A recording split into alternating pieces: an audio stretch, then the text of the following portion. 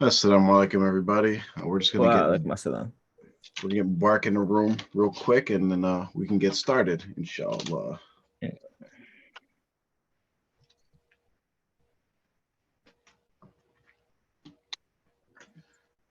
I think just waiting on you, Mubarak, when you get your video ready.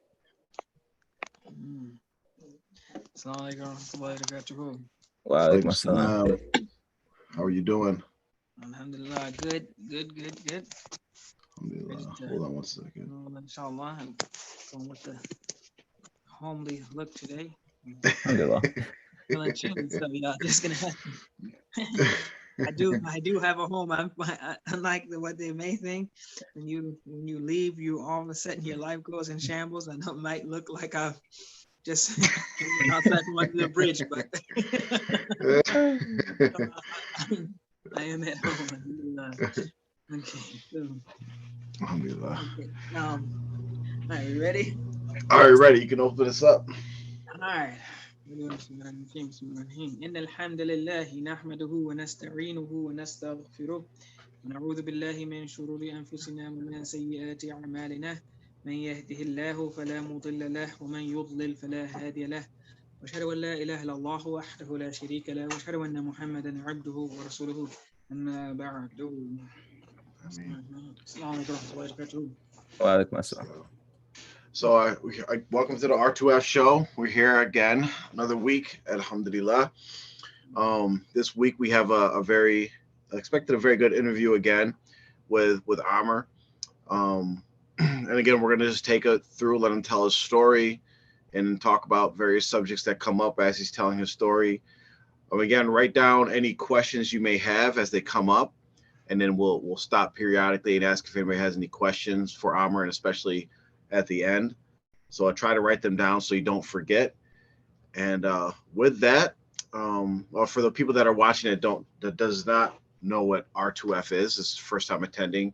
R2F is the Return to FITRAH group, where a bunch of us work together to try to combat spiritual abuse in the Ummah, where we work against cult groups, Islamic cult groups, charlatan sheikhs, deviation, these types of things, to guide people back to the correct form of Islam to the best of our ability. And these interviews is one of these methods that we do, that we provide for people to tell their stories in hopes of helping other people follow suit, learn from the experiences, and return to the straight path of Islam. So with that, welcome to the show, Amr. Thank you for having me, Mubarak and Jafar. I'm very honored to be here. And just seeing all the other guests we had on here, alhamdulillah, everyone was able to come and tell their stories. So inshallah, I'll do the same thing, and I will try to keep it short. I'm trying to condense like 15 years in the Jamaat into like an hour or so, inshallah. Because I can talk fast, but anyway. All right, so assalamu alaikum, everyone. My name is Amr Nasser. I am the son of Amin Nasser and Dr. Atiya, and I have my sister Amina. There's only 4 of us, and so this is my story. All right, so okay, so in the Jamaat, which I grew up in Tmoa, right?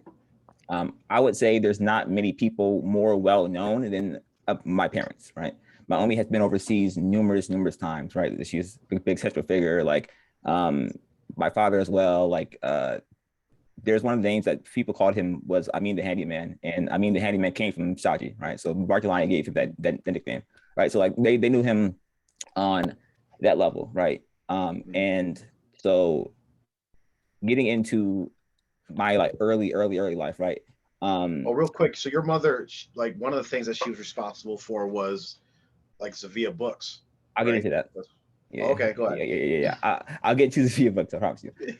Okay, so when I was a baby, right, just born, I went overseas with my mother. I stayed with her in Pakistan for a year, and I was looked after by her and like Sultan and them, just because I was a baby, right? And then I came back to America, and I was 1 year old. I stayed with my stepmother who she was married to my father at the time because the sheikh was like, I need you to have more kids, so marry this person, right? So he forced her to marry him and him to marry her. So I lived with Rashidin. And my mother went back to Pakistan for another year. And the story is told often in my family of how, like, when my mom came home the second time, I was 2 years old, right? She was trying to come take me, right? I was crying. I was like, I don't know who this person is. I wouldn't come to her because she, like, I didn't know who she was. She was just like some random person to me because I hadn't seen her. Like, it's been one when I last saw her, and now I'm two, and I don't like know who she is. So I'm crying. I have no idea who she is. And so she stayed in California land for, I want to say, like 6 months before she was gone again. And so for the first 5 years of my life, my mother was gone overseas for 3 out of those 5 years. And so I mostly was raised by Umar Shidardin for that time because my boo was always working. One of the things that my boo did is that he will always have a job. He's always working. He did construction his whole life. So he was always gone because you can't, like, you're not going to have construction work on the land because you're not going to get paid doing that. So you have to go elsewhere to find jobs. So he would be, because the California land of Law was like at least 40 minutes from the nearest town because it's way up in the Sequoia Mountains. So it's way far out the way. So he had to like go far away. He had to stay like in his car because, you know, you have to get money to like do that. And so living on the Law land, right? It was a very nice land, alhamdulillah, but it was, you know, a Jamaat land. So they had various problems. There was multiple months that they didn't have water or electricity because they wouldn't pay the bills for the water, electricity. And it never, they had to like get it paid illegally from some illegal money from this supposed drug dealer who happened to live on the land. But that's yeah. So a lot of things went there. They didn't have the money for the electricity bill or the water bill. But anytime somebody goes over to see Bartolani, right, MG, they would take anywhere between 1,000 and 10,000 US dollars. So we couldn't pay for, you know, the kids and the mothers and stuff and the families to have the power or the running water, just generally, but we could take money overseas for the sheikh. And so it wasn't really like traumatic. It was just like everyone went through the same thing because in the California land, like everyone struggled. We all struggled the same way because we're all going through the same thing. No one has running water. No one has power. So we're all kind of in the same thing. And I remember on California land, Auntie Hadea, her house burnt down. And like, you're not going to be able to put out the house with water because there's no water. So that couldn't have, so a lot of things could have been different, but that's just how it went. And so when I was 5, that is when the sheikh was like, you know, California land is going to sink and it's going to go underwater, the California as a whole, really. So everyone needs to leave. So people had to uproot their lives and go find places to live elsewhere other than California at the like drop of a hat. It was just abrupt.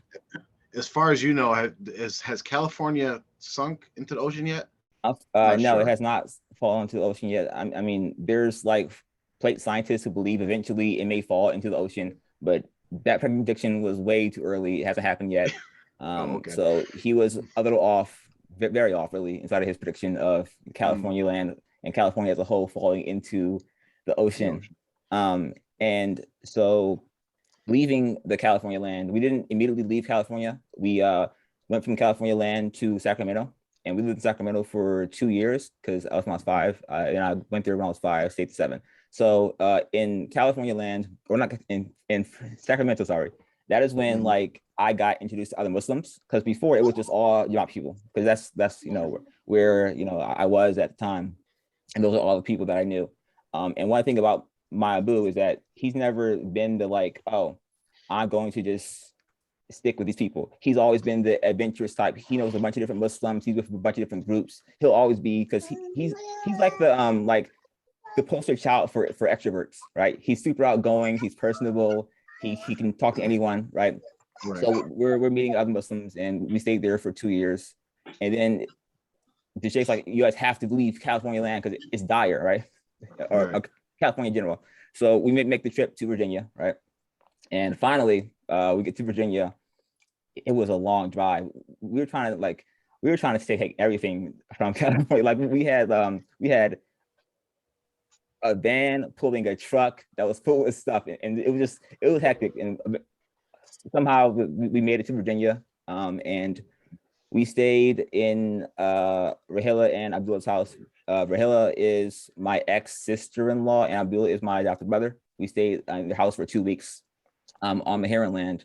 And Mahiran land, which is Ahmadabad West, I want to say, that is the land that my parents initially like signed the deed for, and they were paying it off. And so when they left Mahiran land to go to California, Mahiran land had about like 10 payments left to be paid off, right? So it was about to be paid off. They came back, it was 35. So again, the like mismanagement of funds happens where you're not taking this seriously, and you could have owned the land because it was very affordable, but that didn't happen. And so we were, trying to find a place to stay because we couldn't just stay with Abdullah and Afaq. And then so we went from Mahiran land to Red House land, and we stayed with Rahila and Qasim Wasi and Rahila Wasi. We stayed in their trailer. In one room, it was a 6x6 room. It was 4 of us, right? And then Rahila and Qasim and the daughter Hajra, there's 7 of us inside this trailer. We stayed inside of this one room, and for some reason, people were like, "I can't believe that the Jamaat would pay favoritism," because we even tried to get in the land, and we tried to get in the land. So people were like mad at us for getting on and living in this like one room trailer with. Anyway. It's just like, okay, you guys are mad about that. It's not. It wasn't like roses and stuff. Like we lived in a small trailer, and like it wasn't like all of us were there for a long time because my boo worked, and then my mother went back to Pakistan, so she went back to Pakistan for another year or so. And on the land is when I first heard a lecture or a Skype meeting from Mubarak Jilani, right? So it is outside of Philo's house, right? We're there. Everyone's gathered around. It's like a mandatory meeting at this point. Everyone's there because Mubarak Jilani is going to address everything that happens and things that are going on in the community. So he's talking in his, thick accent and stuff. And he just keeps talking. And I'm 8 years old, right? So this is going on for a long time in like 8-year-old me. Because I'm like, this is taking forever. Because like how our shows are 3 hours long. His lecture might have been 3 hours long, but I'm 8. So I'm trying to like go play and stuff, right? Yeah. And so he's talking. I don't know a word he's saying, because to this day, I'm not joking. Like I cannot understand what he's saying, and it's like his accent is so thick to me where I just can't get past that. Right. So my best friend, who is still my best friend, I didn't lose him when my parents eventually left the Jamaat. My best friend, he's to the left of me. I turn to him. I'm like, hey, do you know what he's saying? Because like I have no idea what he's saying, right? And he's like, no, I have like no idea either, right? And a lot of the things that I question, he also questions. So that's why he's like he'll always be my best friend because of that. Because like we went through kind of the same stuff. And so to the right of me is my sister, right? So I'm like, Amina, like, is he speaking English, right? And she's like, Amr, you can't say that. You're gonna go to hell. You can't question. I'm like, oh, I didn't know. So I was like, okay, well, I'm just gonna stay her quiet because clearly this is important, but I just didn't know like, what he was saying because he wasn't speaking English to me. Like had he been speaking English to me, I probably would have been on the juice, right? But at 8 years old, and I'm like, okay, well, I can't listen to him because I don't know what he's saying, so I can't be like, I can't just buy in fully to what he's talking about. Right. And so that kind of started sowing the seeds of doubt in my mind because it's like if I can't listen to you speak, then I mean, how am I going to follow you? Because I don't speak Urdu. Right. That happened, and then at 8 years old, they had the Jamaat school on the land, Red House. It was called Rainbow Academy, and Rainbow Academy. It wasn't like bad, but it was just what to be expected from a Jamaat school. They didn't have the proper funding. They didn't have the people who were qualified to teach, and they didn't have the necessary buildings required for everything that would take place. Right. The one thing I remember that they had this like pledge to Mubarak Jilani, and I forgive me because I do not remember the pledge, but it was something stupid. We had to say like before class, and we had to stand outside in the cold to recite this pledge. And then we could go and start schooling. And so I was there for like from 2nd to I want to say 7th grade. So So I instead of was like a pledge of allegiance to the flag, you did a pledge of pledging allegiance allegiance to. to Mubarak Gilani. Yeah. So it's Oh like, yeah, wow. you have to give pledge to Shaji. And one of the things that people were shocked by because this is like, I'm older now. I'm like 8, 9, and I've always called him Shaji for like majority of the time, right? And someone, and so I was saying that, and my only was there, and they're like, "You let your kids call him Shaji?" And then she was like, "What do you call him? What do you think they're supposed to call him? That's his name, right?" And so the reason why they were shocked by this is because when they were overseas, right, and my mother was there too, they were calling him Shaji. Oh, Shaji, we're so happy to see you, because they pay all this money to go see him, and we're so happy to see you, all this stuff.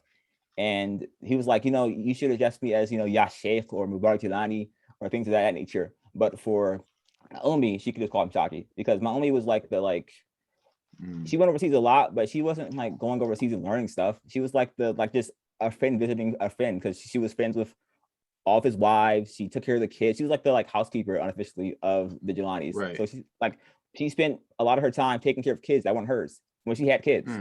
So wow.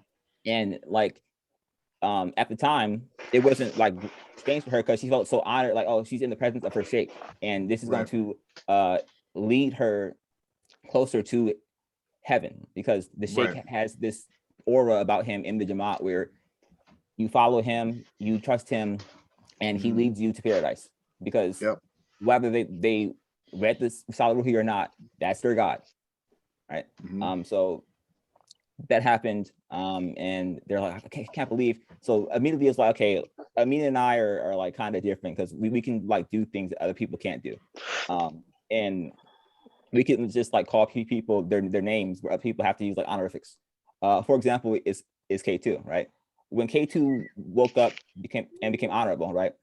He wasn't like he wasn't the honorable K2 to us at all, because for those who don't know, the nickname K2 came from Maumi. Maumi called him K2, right? And it stuck, so he became K2. And then one day he woke up and it was the Honorable Khalifa Hussein Saab.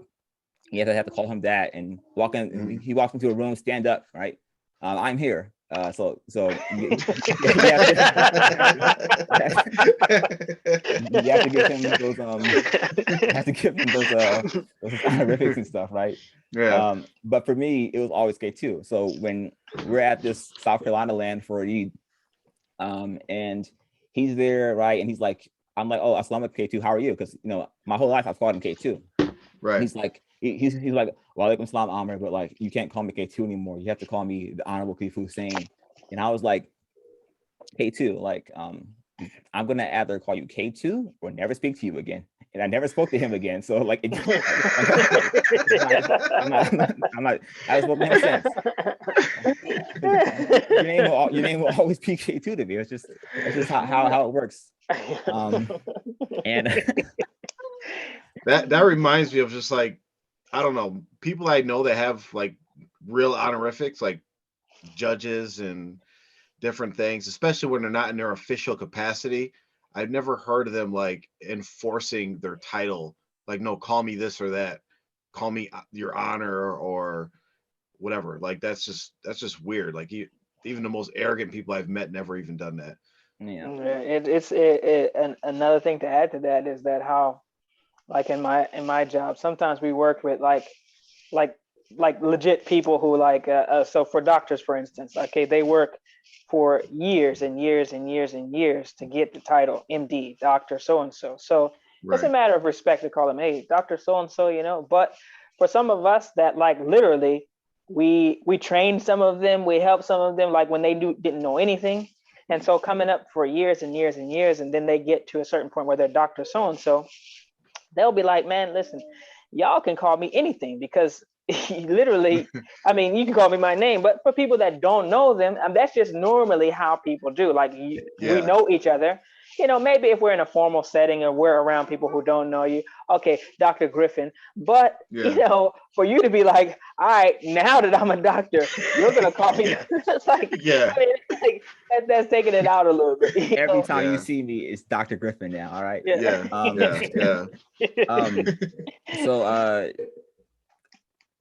So just being in the school system, right? And there might have been one teacher who was qualified to teach, but because I worked in a college, and I've worked around professors and stuff, I know like the credentials you need to have to be a teacher, the school you need to have, and all the things that you have to do to be able to qualify to be able to teach. So there's a bunch of kids in the school, but you don't have the teachers qualified. How are they going to learn? Because these people, so some of them didn't have high school educations, right? And they're trying to teach kids certain things. So it wasn't the best environment to learn. And then in the masjid, which is where I spent majority of my time, because they had classes in the masjid, and then they had this school building that they built right beside the masjid. It's right behind it if you ever go to Red House Land. And so in the masjid, right, you would think like because it's a masjid, they would have it, like there's this wood burner that heats up the masjid. You would think you could at least have the masjid warm for the women and children in the school because they're there every day, Monday through Friday for school. The masjid was always cold.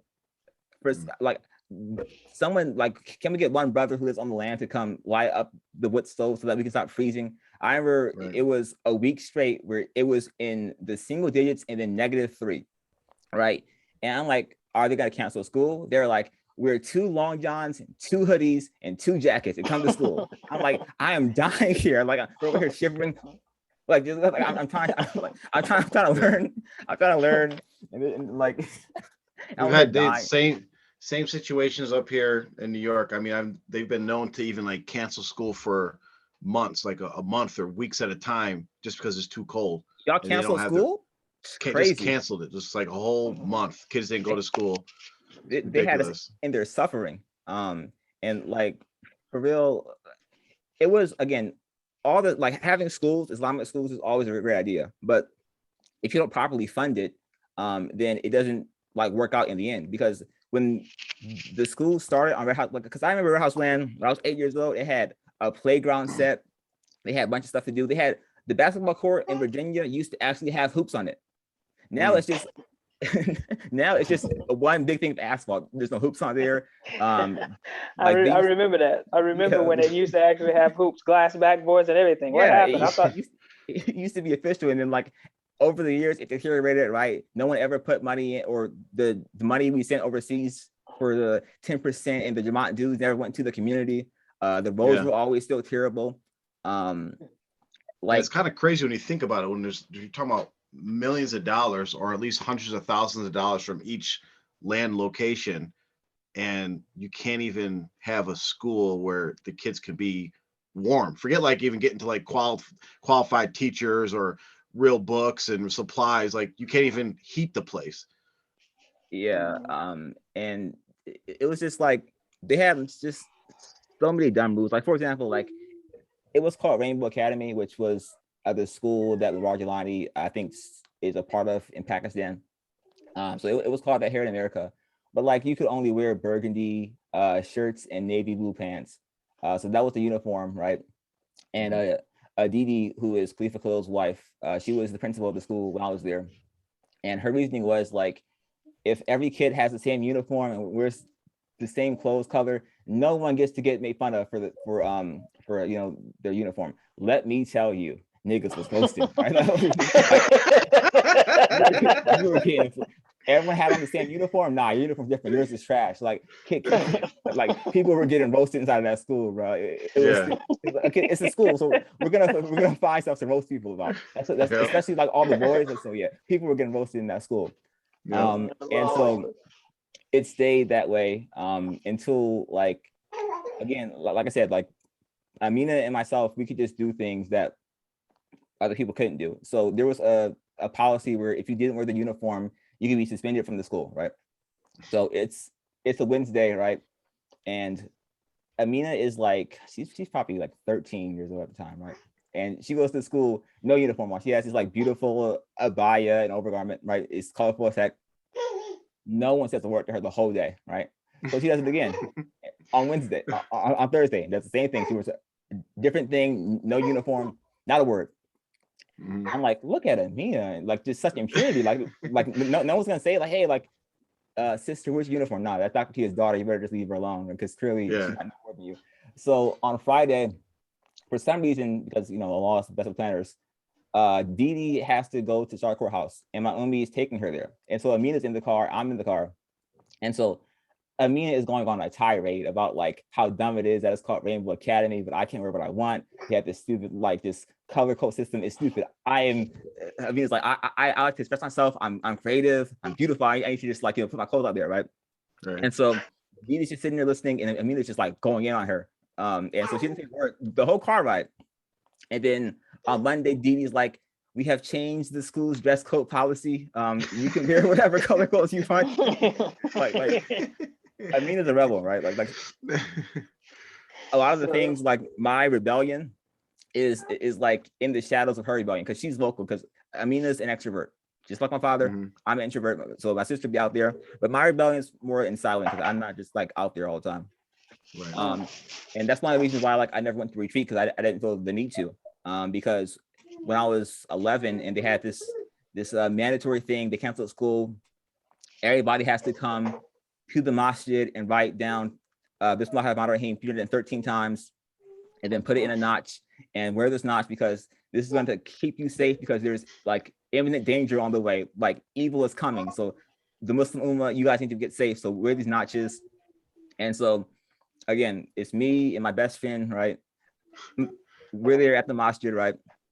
I might have got to like 30 written down, right? So I'm writing it down, right? And then I was like, there's no way, right? I look over at him, he's like, I'm gonna fold this up like 10 times and put it in my pocket and leave. I was like, you know what, you're a genius. I did the same thing.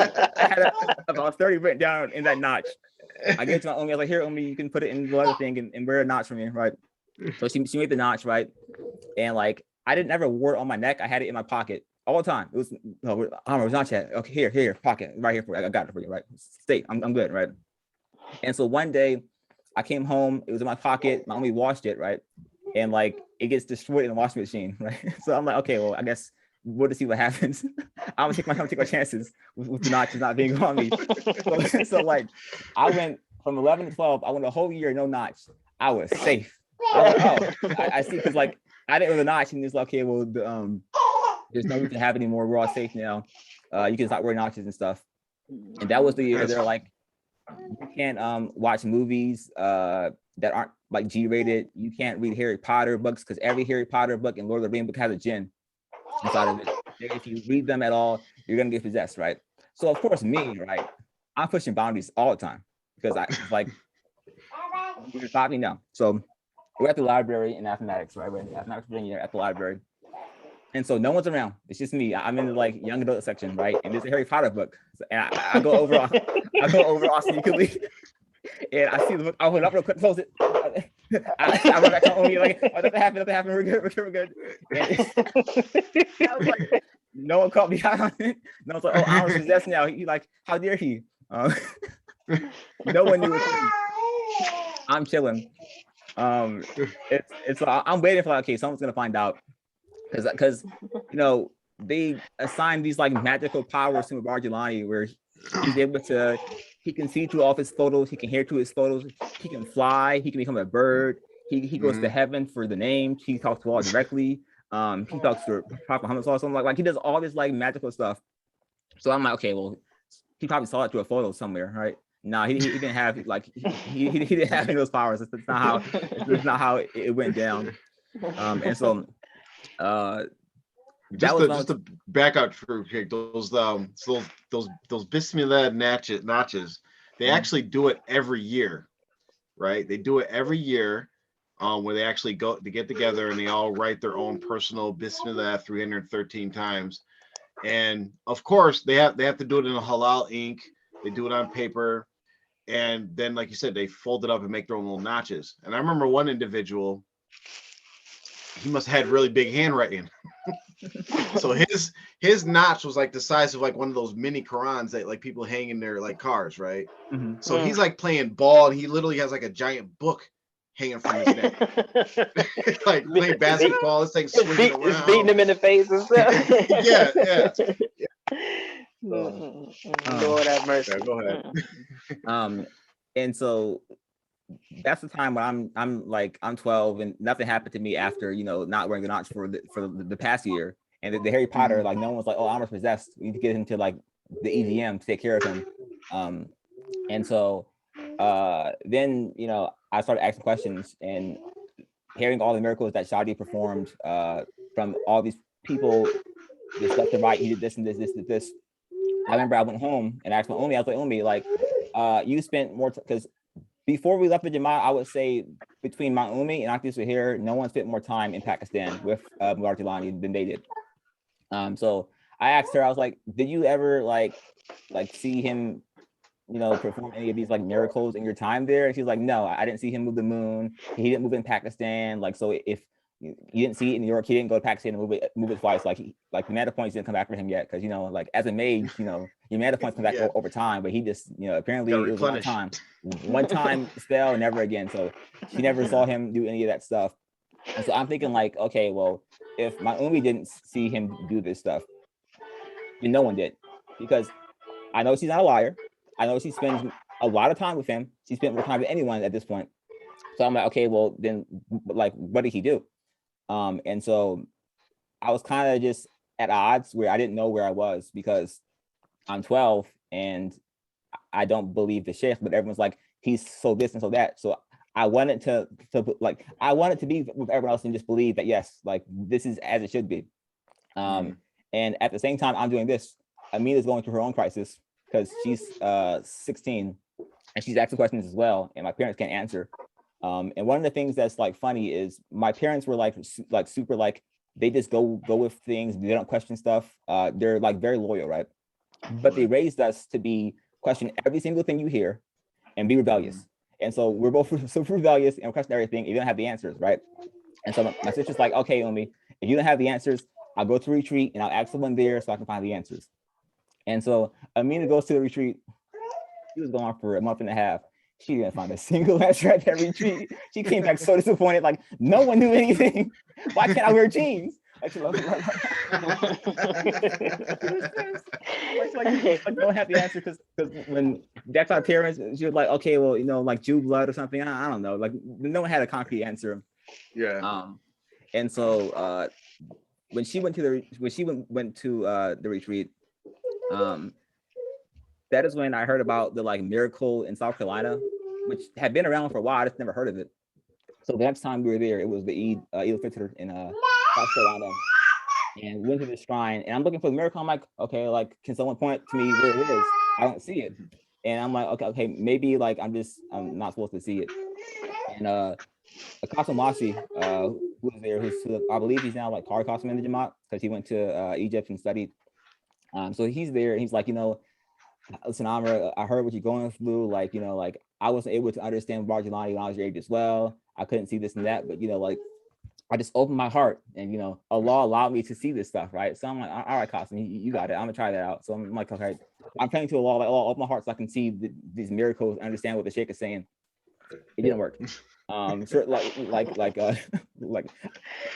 I was trying to just like, maybe I'm crazy, because everyone's like, like he gave such a great discourse on this, and I'm watching it but like he's not speaking like English. Like I can't understand what he's saying. It's so hard for me. And just being there in South Carolina land in this holy shrine, I never felt that like super just holy vibe that people portrayed, because I've only been to 2 halaqas in the Jamaat, right? And the second one I went to was in South Carolina land. It was at the shrine. And so halaqas in the Jamaat, like for those who don't know, it gets kind of crazy. Like folks just start like just shouting things loudly for no reason. Brothers are hopping up and down, bouncing around, just making all this noise, shaking their heads like this furiously. So I'm looking around like, are you people crazy? like yeah. Am I missing something here? Like even in Jamaat context, I know I always felt uncomfortable at those things. Like, what's going on here? It's like a mosh pit.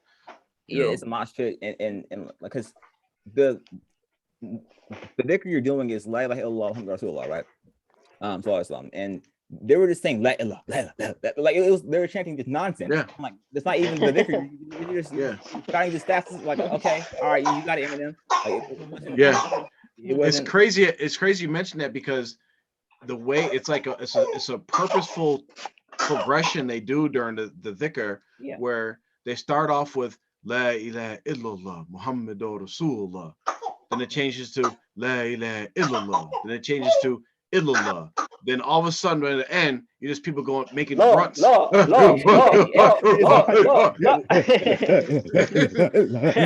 Exactly. It's like, all right, calm down. And like when I think about other Eids in the Jamaat, right? Generally, when you have Eids, there is camaraderie, there is food for everyone there, and you know they have things going on. For the Jamaat Eids, there is food there for sale. All right, folks come to sell their food. They have prices $10. All right, you want a thick and cheese, $10. You want some biryani, $10. I'm like, okay, where's the food at, right? And all you do is walk up and down the land periodically for the whole day. You might be on the land for 6 hours, you know, up and down the land repeatedly. You're gonna go past the shrine, South Carolina, and once you pass the shrine in South Carolina, you're gonna smell the freaking awful sewage smell that just protrudes through the land because no one bothers to take care of that. It's been that way for our whole life. I've been to so it's just sewage smell. Oh, gross! Turn around. Yeah. Because I mean, all you're doing is walk up and down the land. And so going to the Eids, that was also when, you know, we would sell books, right? Because for those who don't know, and Jafar mentioned this before, the Via Books was ran by my family, Dr. Tia, Uncle Amin, and us. They had the whole like printing machine. They had the printers. They had the laminators. They had the paper cutter, which weighed like 1,000 pounds. You know, it was metal and from like 18,000. So all the stuff there. And so what my Umi would do is she would get books from Mubarak Tilani, right? And he would edit them, right? Because these books would be from plenty of different Islamic scholars all over the world, and books that he felt were like good for the Jamaat to read, right? And so she would get the books, and he would instruct her to change this paragraph here, this here, cool, done. Now take out his name, put my name on it, put on a brand new cover, and send it out to the Jamaat to sell for everyone, right? Because this is the new Jelani book, right? And so she's like, but like Shaji, like, you know, like that's not your book, like copyright. And he's like, there's no copyrights on Islamic knowledge. Like just put the book out there and sell it, right? It is like, okay, but like, you know, shouldn't this be free so that your talibs can read it? Send it out for the money, all right? Just make the order. It was like $10 for the book. So again, he's selling you like books for you to read that aren't his, by the way, because so let me try to make sure that this is clear for myself first and foremost, and then for anybody who's watching or listens later. So there's a thing called plagiarism, right?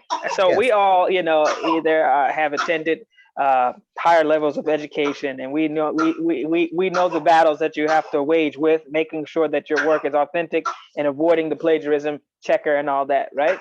Right. So plagiarism, for those who don't know, is when you take someone else's, and this is a rough definition, I'm sure there's an exact definition, but when you take someone else's work and then you either claim it as your own, or you fail to give the credit for the one who actually has written it. So if Jafar wrote The Gingerbread Man, and I'm like, yo, that's similar to my story, or I agree with that, but I don't feel like writing a book myself, or I'm not capable.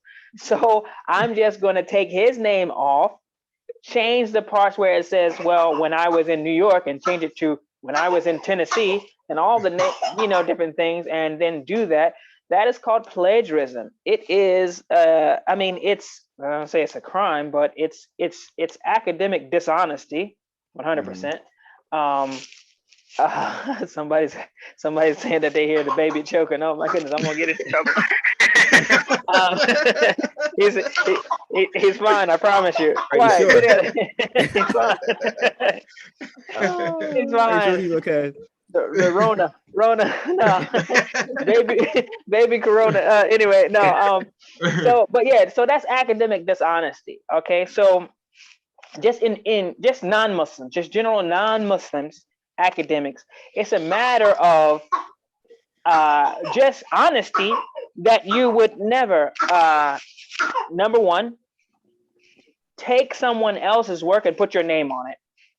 And number two, even when you forget to credit the person, like you're writing a whole long paper or book or whatever, and you know, it happens sometimes, you get the quote or whatever, and then you forget to put it in there. That's a big no-no. It's a big no-no because especially for academics and people of knowledge and people who, you know, are in whether it's helping other people, whatever the case may be, you always want to give the credit for its due. But it you know, one of the type of things, one thing that you can kind of equate it to, that equates to me, is that, so one of the ways of plagiarism, right, is shirk, right? Because Allah gets the credit for certain things, and when you give that credit to someone else, that is a form of, like, Allah is the one who, you know, can forgive or whatever. But if the Catholic priest or the Sufi sheikh says, tell me your sins, and you know, they can forgive you, that's something that's to Allah. You took the credit for something that you're not, that's not for. So that long diversion is just to say, so to be clear, what you're saying is that Mubarak Jalani instructed your mother to take books and works that were written by other people, change some things, put his name on it, and A new cover. A new cover. Was any credit given to the original writer? No, I believe it said something like, this has been reviewed by Alphabet or something like that, and you know. Wow, all of them. Yeah. All of them. So everyone agreed that, you know, this was everyone agreed that this was fine, because again, there's no copyrights on Islamic knowledge, right? He also didn't believe in accreditations when they were asking for, like, getting accreditations for IQOU or any school. He's like, there's no accreditations for this stuff. It's fine, right? So it was very just like haphazard. Like, don't question things, because the like mantra in the like the quote of the Jamaat really is Hear and Obey, right? That is, like, if you're giving like a haiku, that is it. Hear and Obey. That's it. Like, if you know it, you know. And so it was hard for me to like say things to people about my thoughts, because I had to like, you know, protect the image of my parents, right? Because everyone's like, oh, like, Amr and Amina, you guys are gonna grow up and be such like just influential members in the Jamaat because of your parents, and you guys are already there. And I know that like you guys are gonna do great things. So I couldn't like, oh, I don't like know what he's saying to anyone else, because, you know, my parents are my parents, right? And they're respected in the Jamaat, and, you know, all this stuff. And they would legit just like do things to like praise me and Amina for just any reason, right? I remember it was during the Mawlid, right? It was the Milad in Virginia this year. It was in Virginia that year, right? And so they had this like poetry competition, right? And Amina wrote a poem about Hazrat Ali and Imam Hussein, right? And so she wrote this poem. I don't remember the poem offhand, but, you know, it was a very beautiful poem, right? And so a day after she gave her poem, it became known in the Jamaat that Amina had a dream about Hazrat Ali and Imam Hussein, and she's so pious and spiritual, like Dr. Tia's kids are just the ones, right? And they're gonna like just lead us so far, and so many stories just became just like just made up, make believe. Like when Amina was at the retreat, she was walking down the New York land. There was this sister who threw her scarf off at Ibi Kaba, and Amina said, "Pick up your scarf, sister. Astaghfirullah. You are better than this." Blah, blah, blah. Like things that just didn't happen. Folks were just like, okay, this is true because it's Dr. Tia's kids, right? Like oh, you're so pious and holy, all this stuff. And so a year later in Virginia, right? That is when we got the first Hafiz to come to the land, right? Hafiz Abdul Fattah, he taught. He's a Hafiz. He's originally from Jersey. He went to Senegal and studied there for years. And so they were really proud to have the Hafiz there, right? Because, you know, Brother Muhammad Ali, who was the mayor of the land, was like, yeah, like we have a Hafiz here. No other lands have a Hafiz. We're like the first ones. We're gonna get so much things done. And the Hafiz agreed to teach all the kids, right? So real quick, because I just had an interaction with somebody where like, so who got the Hafiz to come to the land? It might have been his wife because he was married to someone in the Jamaat. Okay. I don't know if that's not important, but yeah, that's all I know is he came to the land during Ramadan, right? And he led a Tarawih prayer for 15 days because the Hafiz, he does 2 Juz a day during Ramadan, and then he goes and does Tarawih in other places. And so it wasn't Mubarak Jelani who's, because a lot of people are under pressure when, like, in New York, we had a Hafiz up here who was from the local Binghamton community that used to actually go to the land in New York and teach the kids there how to read. So like, and then people are just under impression that like Shaji is sending all these teachers to all these various lands to teach people. And it's like, Shaji had nothing to do with this. Yeah, no, that's of no credit to Mubarak Jelani.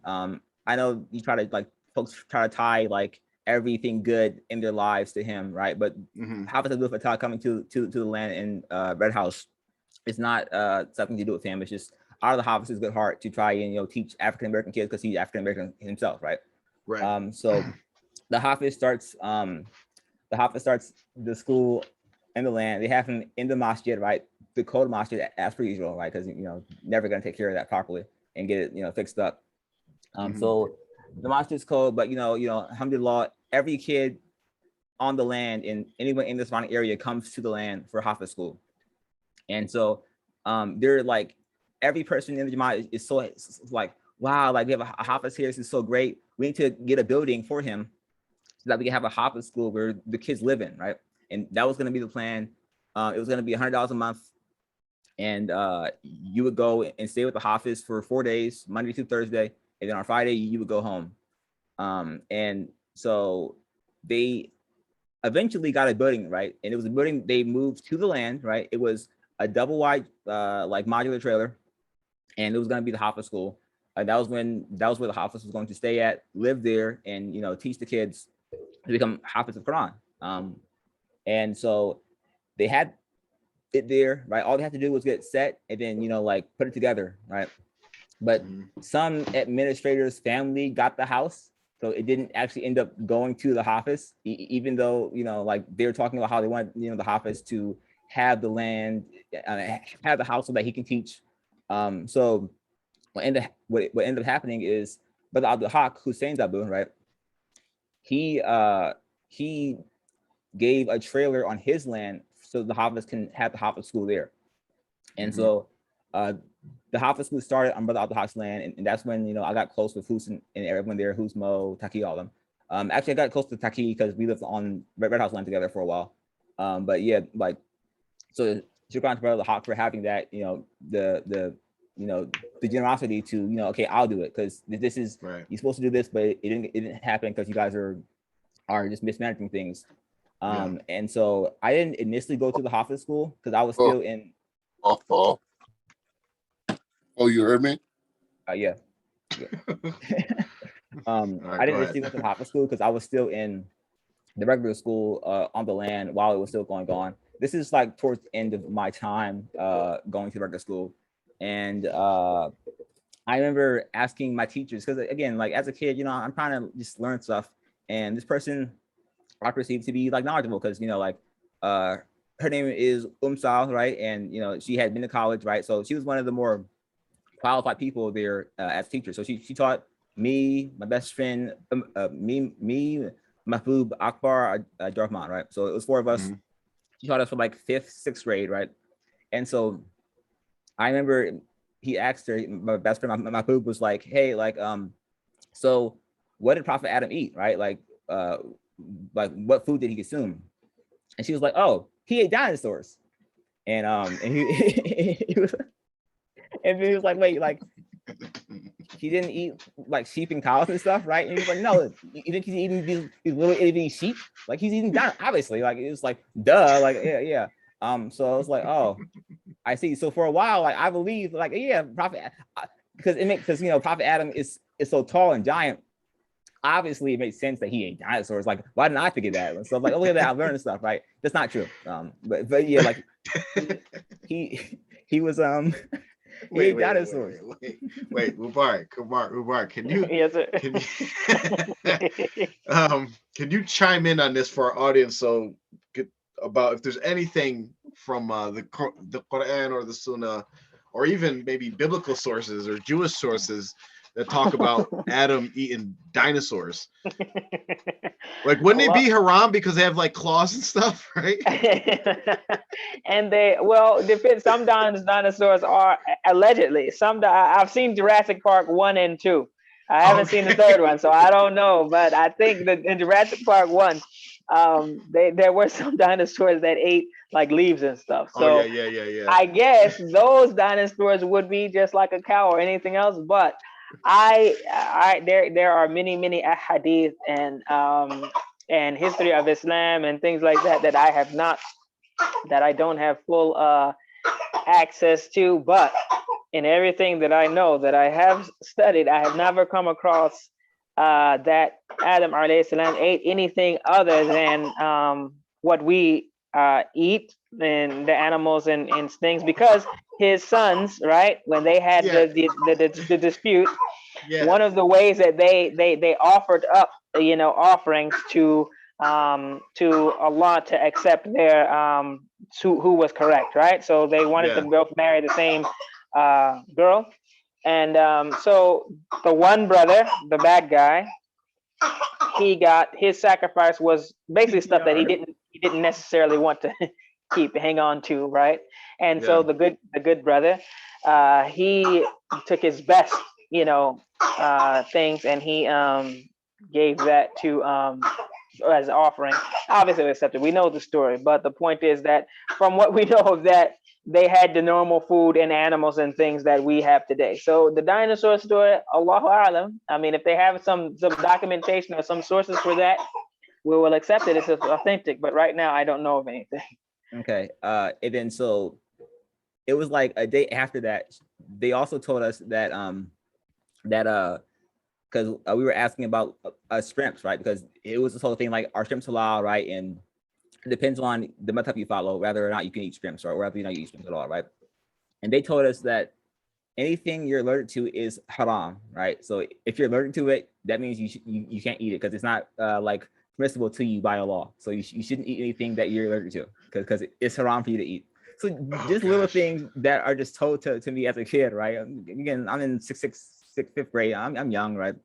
And like I'm just like, okay, well, is that true? And I remember asking my best friend Abu, Uncle Jabbar, right? I'm like, Uncle Jabbar, can you like eat shrimps and stuff? He was like, yeah, Allah made everything in the sea lawful for you. And so Uncle Jabbar was like the fiqh teacher in the Virginia land. So if you had questions, you would just ask him. So I was like, okay, so can I eat shrimps? And it was like, yes, you can eat shrimps. Go ahead and eat shrimps. Like it's fine for you. So just certain things like you were just taught from people. It's like I get like that was. She might have been the most qualified person there, but it was like dinosaurs. Like that's the answer you have to our questions is dinosaurs. Like I mean, alhamdulillah, you try your best, but just I don't know. Like just another one I got to add on to that. Go ahead. To add on to the dinosaur thing. Like people are smart until the Jelani's teachings and sayings come into play, because then it just wipes out all intellect. Another thing that he's reported to have said that people followed and taught at retreats is that the reason why dinosaurs went extinct, of course, is because they weren't put on the ark with Noah. And this is what is taught in the Jama'at, is that Noah didn't put any dinosaurs on his ark, and that's why they're extinct. I see. I never heard that. I had never heard that before ever. I mean, listen, that's we honestly we don't know. I mean, if someone's going to say that, they literally have to say, "Yo, I'm just literally just speculating." They have to leave it there. Right.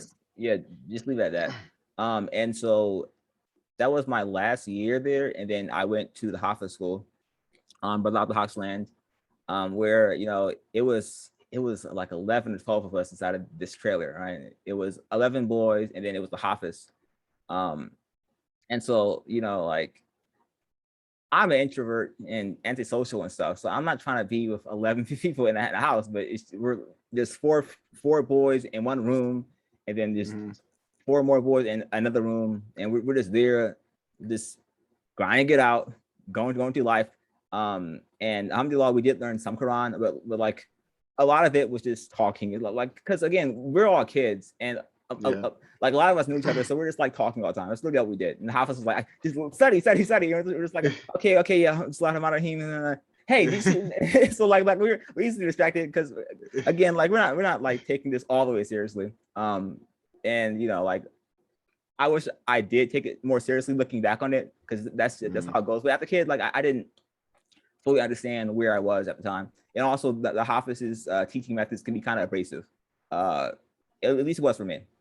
And so the Hafiz, who was not part of the Jamaat, he would often have students come from Richmond to Red House, or not Red House, because Houston lived in like Star Cross area, but he would have them come to Brother Abdul Haq's house to study there, right?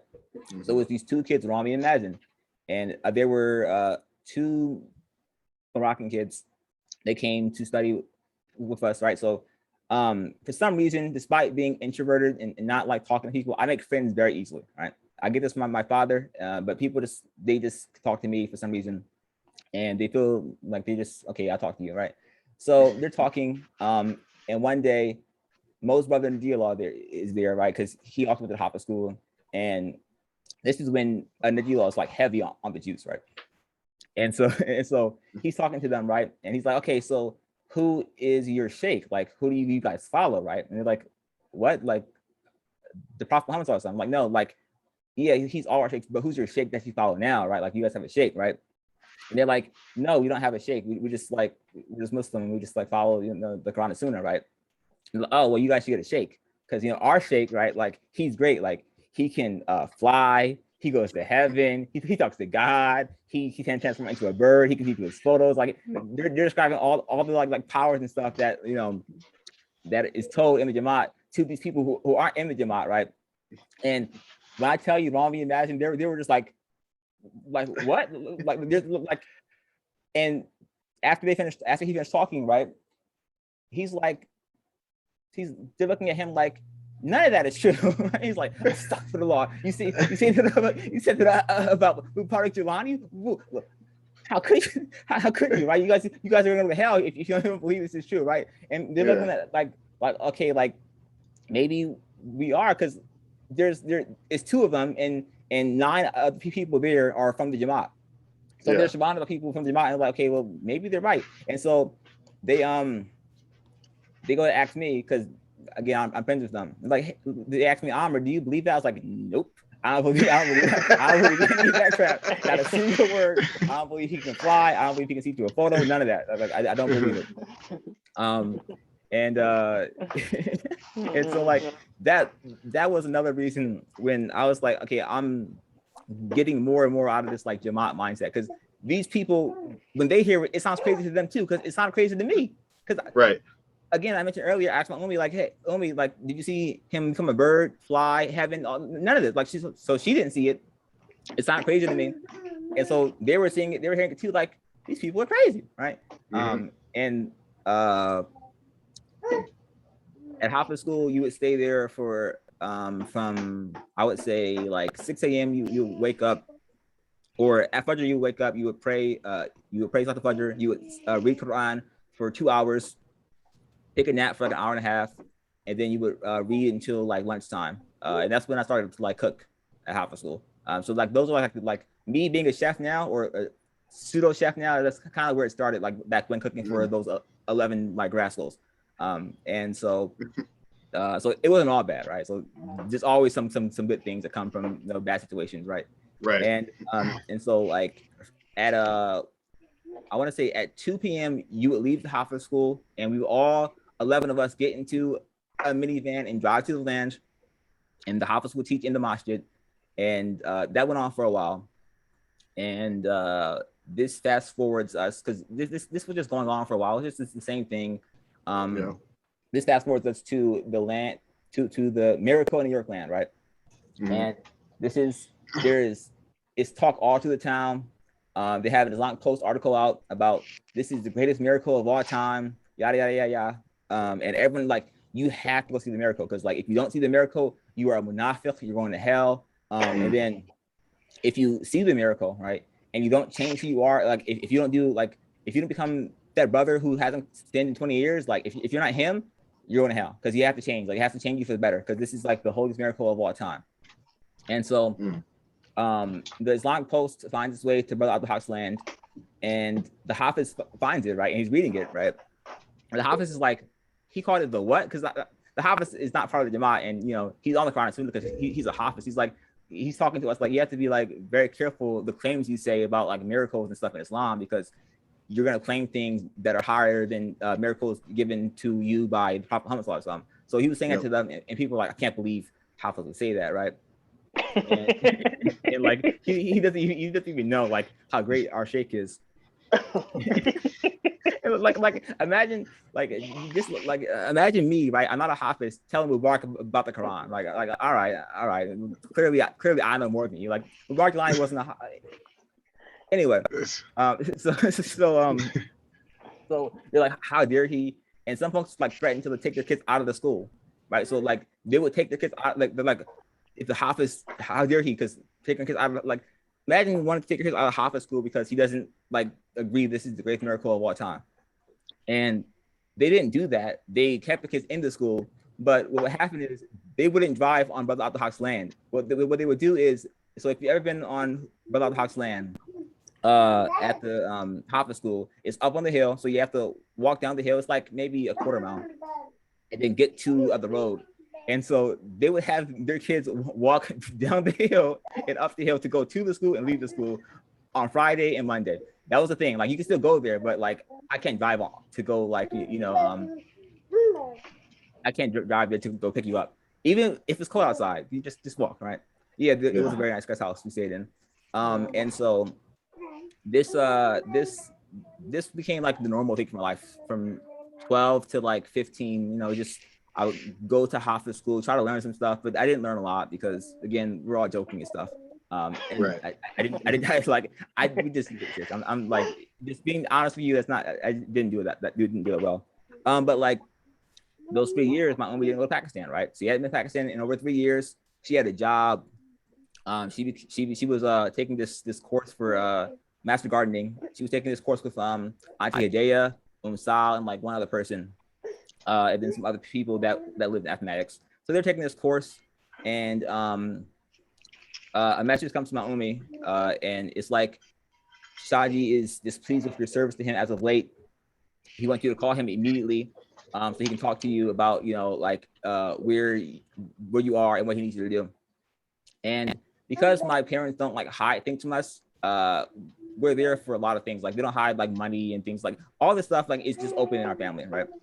Right. And so when my ummy's calling him, I was talking to her before she called him. So she calls him on speakerphone, and she gives salam. She's like, I'm gonna come give salam to Shaji. So I give salam to Shaji, and he's talking to her about like, she hasn't been there as of late, and he's like, displeased with her service and all this stuff, and like you're putting these things above me and above your religion. How dare you? I need you to come to Pakistan immediately. And don't ask me when you're coming back. So come here and don't ask me when you're coming back, if ever, right? So she hesitated, right, and didn't say anything for a while. And then he told her, like, if it's too much for you, then you can go your own way, or you can leave, right? And so my mom was like, okay, well, I'm gonna go my own way. I'm not gonna come because my kids are here, I'm here, I have a job. So that is when like my Ummi left with Jamaat, right? This was a Thursday, right? The Wednesday, the day before that, it was all good. Everyone loved my Ummi, everyone loved my boo. So it's Thursday afternoon. It's about maybe 6 p.m., right? And that's when she's like, okay, well, I can't, like, I'm not going to come overseas. I'm done. Pakistan, no more for me, right?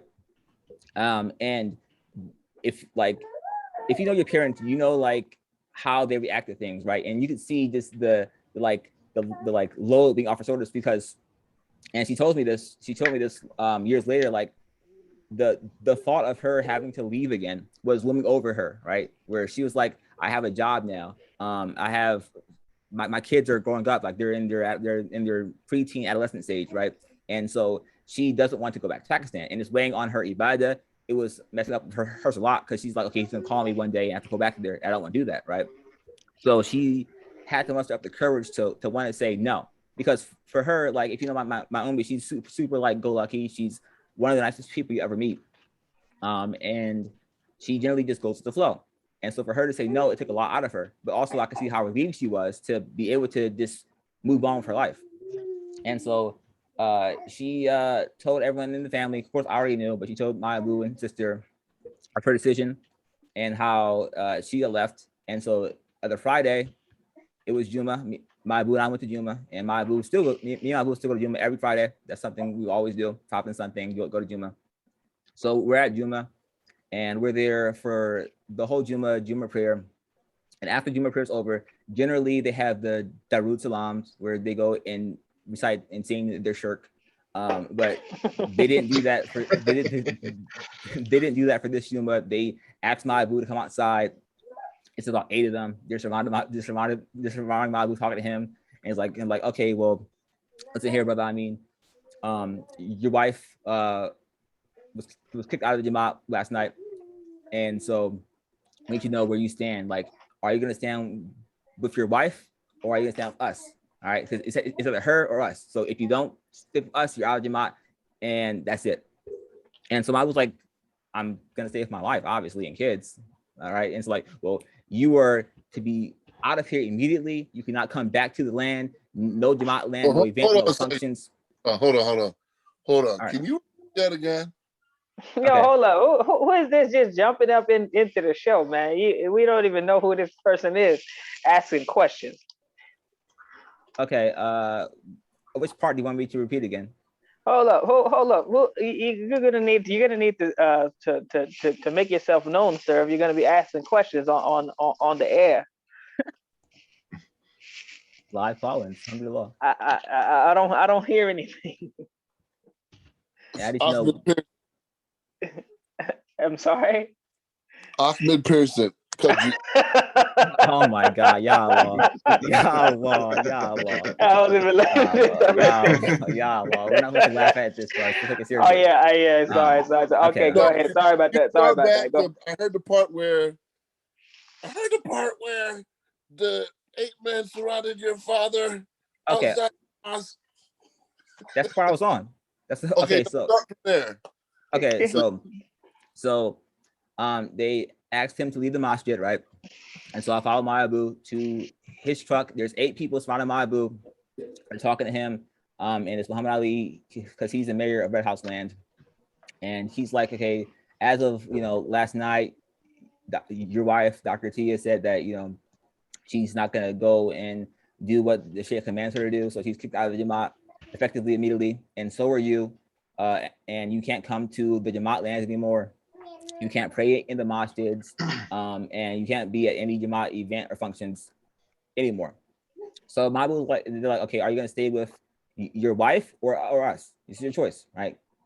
And so he's like looking at them crazy, like, okay, obviously I'll stay with my wife, because this is my wife. So we get in his truck. My Abu does the black power fist, and then we leave. And he does it. We drive off, gone, right? And so I have not been back to a Jamaat land since then. Then at 15 and a half, I go to Malaysia and Thailand for 4 months. And when I come back, they're like, Mubarak Jilani welcomed your family back with open arms. He's so like, sorry. You're trying to save this man. Okay. So backtrack. We get kicked out of Jamaat, right? Yeah. Or we leave Jamaat, right?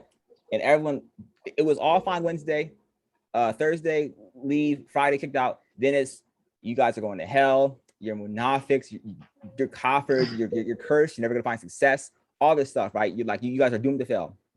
And that comes from like before you guys were like the promised family, chosen children are going to be so holy. And on Wednesday, we are the promised golden family, right? Dr. Tia is super spiritual. Folks looked at her for advice. She's been in Pakistan all this time. She's so close with the Sheikh, all this stuff, right? And these folks are just like, on Friday, Saturday, it's kafir, munafik, you guys are going to hell, all this stuff, right?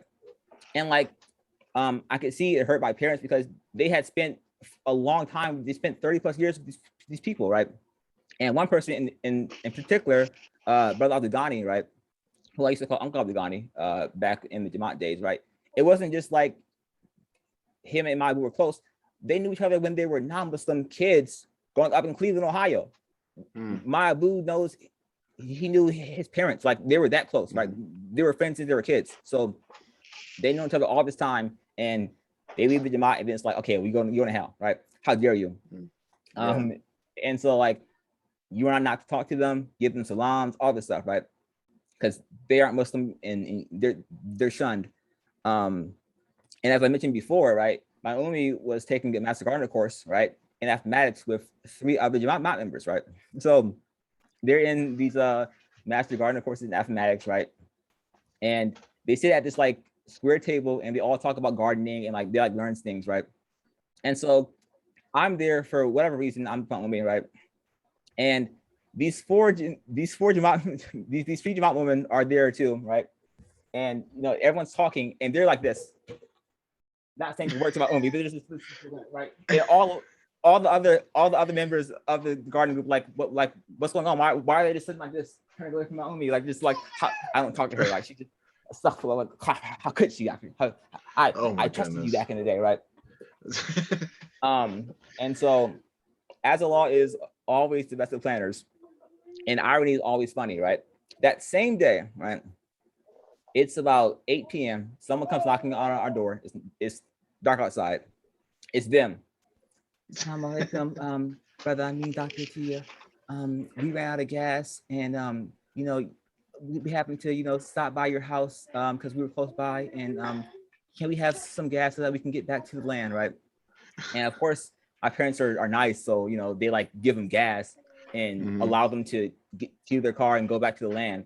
But literally less than 4 hours ago, it was, you're going to hell. We don't return your salams. This assalamu alaikum. You know, if you could, you know, give us gas. Like, is that it was like, please allow us to. It was, we're Muslim then now. Like, we're Muslim enough to get gas from us, but after that, back to coffers, right? So after they filled their tanks, curse you, and threw the tank down and drove off. Never need to see you again. And so that was, you know, kind of shocking to my parents. But like I said before, like I didn't lose friends leaving the Jamaat, right? Because my best friend and my cousins, or I guess they're all like cousins to me, right? They're brothers to me. But like Akbar, Janae, Mahbub, Jabari, right? Like I've known them for literally like forever, ever, right? Like these people have been my friends forever, and I didn't lose them leaving the Jamaat because they kind of left sort of the same time with me. I didn't feel the need, like it wasn't like that, right? Like he'll, like, when I tell you Uncle Jabbar, something about food will always be my best friend, like I'm talking about like always, because when I'm questioning things, he's questioning the same things. I'm like, my food, but like I can talk to him about this stuff because one of the things I mentioned before about like the R2F group chat really was like, this is like group therapy, right? So just having someone to confide in and talk to about the things you're going through. Because when my parents got kicked out of the Jamaat, his parents were short after. Oh wow! Like so it wasn't that far behind. I was like, okay, well, they're gone too. And like this is like, again, like Uncle Jabbar is the like the fiqh teacher. Like he's the one, like he does the weddings. He like all the, like Uncle Jabbar is like that, right? And they get kicked out too. So it's like, okay, well, you know, he's here, I'm here. Junaid's there. Like we're good. Like I don't have that many friends. I have 4 close friends, and that's really about it. Like in terms of like Muslim friends, that's it. And so I mentioned I went to Malaysia and Thailand for 4 months. I was over there, and that was like my first time as a like I can remember in a Muslim country, right? And being there, like it's so beautiful because you hear the adhan called everywhere, and there's so many mosques, and all the food is halal there. So everything is just a open experience. I'm there alone at 15, just having the time of my life, enjoying it, right? Yeah. And when I come back to America, I come back, drive past the land, go to mathematics, and we're there. I'm like, this is depressing as heck, right? I was like, for a while, I was going through it. And then they told us that, like, Mubarak Jilani has welcomed your family back with open arms, and he was, he hopes that you guys will return and all the stuff, right? And my Wait, parents, so did he ever like apologize or try to no. clear up the air and No. nothing? So and again, like, I'm glad you brought that up, Jafar, because this is one of the things that annoyed me. Is like, okay, you have my mother's number, it didn't change. Call her if it mattered that much to you, right? He sent a representative on his behalf to go to our house and talk to my mother and father about welcoming us back in the Jamaat. But at that point, like, there's the hadith about like not getting stung twice in the same hole by the same bee, right? We already moved past that. Like, this is over with. We're gonna go forward now, right? And so that's when, like, we started to talk to other Muslims, and we'll go do other things. And they're like, there's a community of like ex-Jamaat Muslims in Lynchburg, Virginia, right? And that's where, like, you kind of find your like footsteps, right? Because one of the things that I can see is hard for people to do when they're leaving the Jamaat is finding that community, because the cult offers you that camaraderie because you're all in it together. You're all part of the same like ecosystem. And so my parents finding that folks that they know or knew of, and they're able to land there, and then they can go, find a footing and start walking again. And so that worked for them really well. And that's when, like, we were all officially out the Jamaat. But again, like, I'd been out there for a while. And so we eventually moved to Richmond, Virginia, right? And in Richmond is when, like, things got kind of crazy for me, because, like, I can't even say, like, the first 16 years I was Muslim, because, like, I don't know if you can be okay. Oh, okay. Hold on. I have a question here from K2. Okay, so I went to Malaysia. I was there to study this Malaysian martial art, Silat Senegayong. I was supposed to go there with my cousin Mubarak, who, like, me and him used to be really close, but I haven't spoken to him in a while. I was supposed to go there with him, and we were supposed to study Silat and just experience Islam country, but he couldn't go because the administration in Mubarak Jilani wouldn't let him go to Malaysia because they had beef with the teacher, Brother Suleiman, for whatever reason. He would, like, I don't know, it's just petty stuff, but you couldn't go we got the whole backstory for that one. If you ever want to hear it, we can talk about that some other time. So I went there alone because he couldn't go because of the Jamaat politics that went on. So that's why I went to Malaysia. And then so when I went to Richmond, where I live currently, right? That's when I started to, like, find out about, like, Islam, right? And just, like, learn more about it, because I'm at this point a Muslim. Like, I have a background, but, like, I don't know what's true and what's not true, because so many things could just be false. And so it's this masjid here in Richmond. It's called Masjid FITRAH, right? And we lived, like, it was like maybe a quarter mile from that masjid, so I can go there for every Jummah and walk there, right? And so one of the things that, like, shocked me is that people from the Jamaat would be there at Masjid FITRAH, right? So I'm giving salams, and they're not returning salams because like, I wore a lungi. I was over there. So they're not returning salams and all this stuff. But I'm not worried about that. So I go there to pray, and when I'm praying, and then you do the whole Jummah, and then you leave, and I noticed that, like, I didn't see any of them there in the masjid, right? So I'm wondering, like, okay, where'd they go? Like did they leave or something? Because Jummah, like, was starting and I saw them there, so I would assume they went to go pray, right? They didn't go pray in the masjid, right? It was during Jummah. They're Muslim men, and they didn't go pray Jummah prayer in congregation with the Muslims in the community because they weren't part of the Jamaat. So they didn't pray. They would go pray in their cars, and so oh my goodness, they would stand outside after Jummah, after they finished praying in their cars. They would hand up the Islamic post, right, and just handing it out, handing it out. But hang it out, right? When I tell you, they were wasting their time because they would hand it to an Arab person or a Pakistani person. They would look at the title, walk past them, trash can. Walk past them, trash can. So it was they're just basically trash cans. Well, it's crazy that that like you're not the only one that noticed that. Like all the other people at the same masjid would notice the same thing. And it's like, wait a minute, you can't pray with us, but you want us to subscribe to your newspaper. I mean, You know, literally, I mean, they think everyone else is, I mean, do you really think other people are that stupid?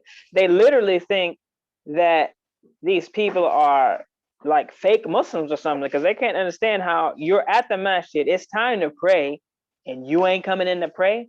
But then you're showing up talking about trying to give them your, you know, little Islamic posts and different stuff. I mean, it's ridiculous. I mean, there's a few shops that I have seen in Nashville where some people actually, like, because they had like personal business relationships with some of the brothers, where they would actually let them have a little newspaper stand where they would put the post there and people would just take them for free. I have never seen anyone taking an Islamic post. I have never actually even seen anyone reading one except for my dad. I've never seen anyone actually open one up. I've seen piles of them in people's trunks, but I've never seen anyone actually like reading that joint, except for comedic purposes. Now, me and my brothers would open them joints up and laugh really hard, but I've rarely ever seen anyone like, oh, the new post is out, let me read this joint. Mashallah. So they wouldn't like pray in the mosque. The only time they ever came into the mosque, right, was on certain Fridays. They would have free food, right? So they'd have like a biryani or pizza or something like that. And that's when, guess who's first in line? Them. They're right there, front of the line to get the food.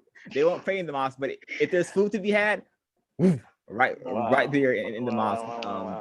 And it's like, okay, I see. That's kind of crazy. And so I had been not really I just hadn't been around anyone from the Jamaat for a while time, and I had been out of contact with people from the Jamaat or people I used to know from the Jamaat, because again, like I'm not the super I might see you when I see you, and if I don't see you, alhamdulillah, I hope you're good and your family's good. But you know, I'll see you when I see you. And so I'm a big gamer. This is why I have to cheer, right, from everyone wondering, right? So you gotta explain the chair. It's not a wheelchair. It's not a wheelchair. As you can see, I can stand up and walk just fine. All this stuff. It's a miracle. Sheikh Jelani is who cured you, man. You know what I mean? If it wasn't for strategy, you wouldn't be able to walk. Bullshit. Yeah. Anyway, well, real quick, I got a question. Just to be clear, so where, as far as your parents go, like, what are their stance as far as, like, they're out the Jamaat, obviously, but what is their stance as far as like the beliefs and the teachings now that they've had a chance to step away and look from the outside in? Okay.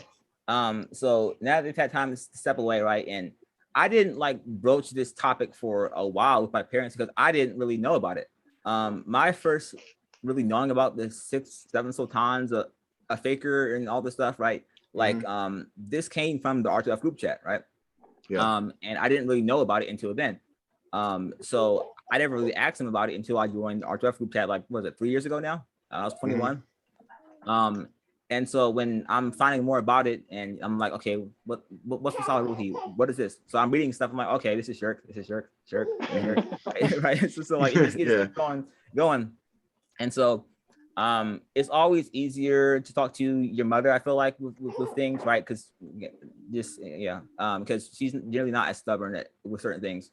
So I'm asking her this, and she's trying to deflect it so hard because for some reason, for any of the like founding, like early adapters of the Jamaat people, this is like a lock on their heart when it comes to talking about him and his like actions that he did and his beliefs. I kind of just like they try to avoid it, right? And so I was just kept trying. And I remember the day it happened, I was talking to Hus about it. Right? I was talking to Hussein. He was like, "This is the honor. Like, you just gotta like just keep trying, and eventually, inshallah, it'll work out." And so I'm talking to her about it. I'm like, okay, but like, if someone came to you and was like, Umi, I am God, right? I'm Allah in human form. Like, would you believe that? It's like, no, that'd be shirk. I was like, okay, cool. Well, that's basically it. Like, that's kind of the belief of the 7th Sultan. And she's like, okay, that is shirk. So I was just going down the whole laundry list of things that this shirk. It's like, okay, well, I don't believe that. That's not true. And so one of the things that I found out was that she's never, despite her being over there sometimes, she's never once read Risala Ruhi ever. And like just it wasn't something she read. It wasn't something prescribed to her for her to read, because I mean, if you read it, it sounds crazy. Yeah. And so for my Abu, like denouncing the Seven Sultans, this happened recently thanks to Mo's interview, right? So when Muhammad Ahmed came on here, and he was giving his breakdown of Risala Ruhi and his story, which he did a great job on, alhamdulillah. Mo's father-in-law, Brother Abdul Haq, and my Abu are really good friends. So they're talking on the phone, and my Abu's asking me about stuff, right? And I'm like, and I'm telling him about it. He's like, oh, okay, like, yeah, the Risala Ruhi is just poetry and stuff. Like, it's just poetry, nothing wrong with it. I'm like, no, it's shirk. He's like, no, it's not. It's just poetry. I'm like, listen, we can go through it, right? I can tell you what it says here. This is shirk. This is shirk. This is shirk. And he's like, I don't like ever remember that being there. It's like, yeah, it's there. You have to, because a lot of people have this like cloud memory over Risala Ruhi, but if you actually just like go look at it and read through it, you'll see that it is shirk. It's full of shirk. It's not maybe. It's not a okay. Maybe the intention is this. No, it's just shirk.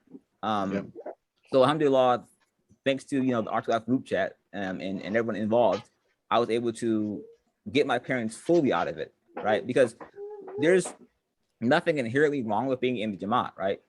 It is a Muslim community, right? But there's the beliefs in there and the things that go on which transgress and take you out of the fold of Islam, which will ultimately lead you to hell.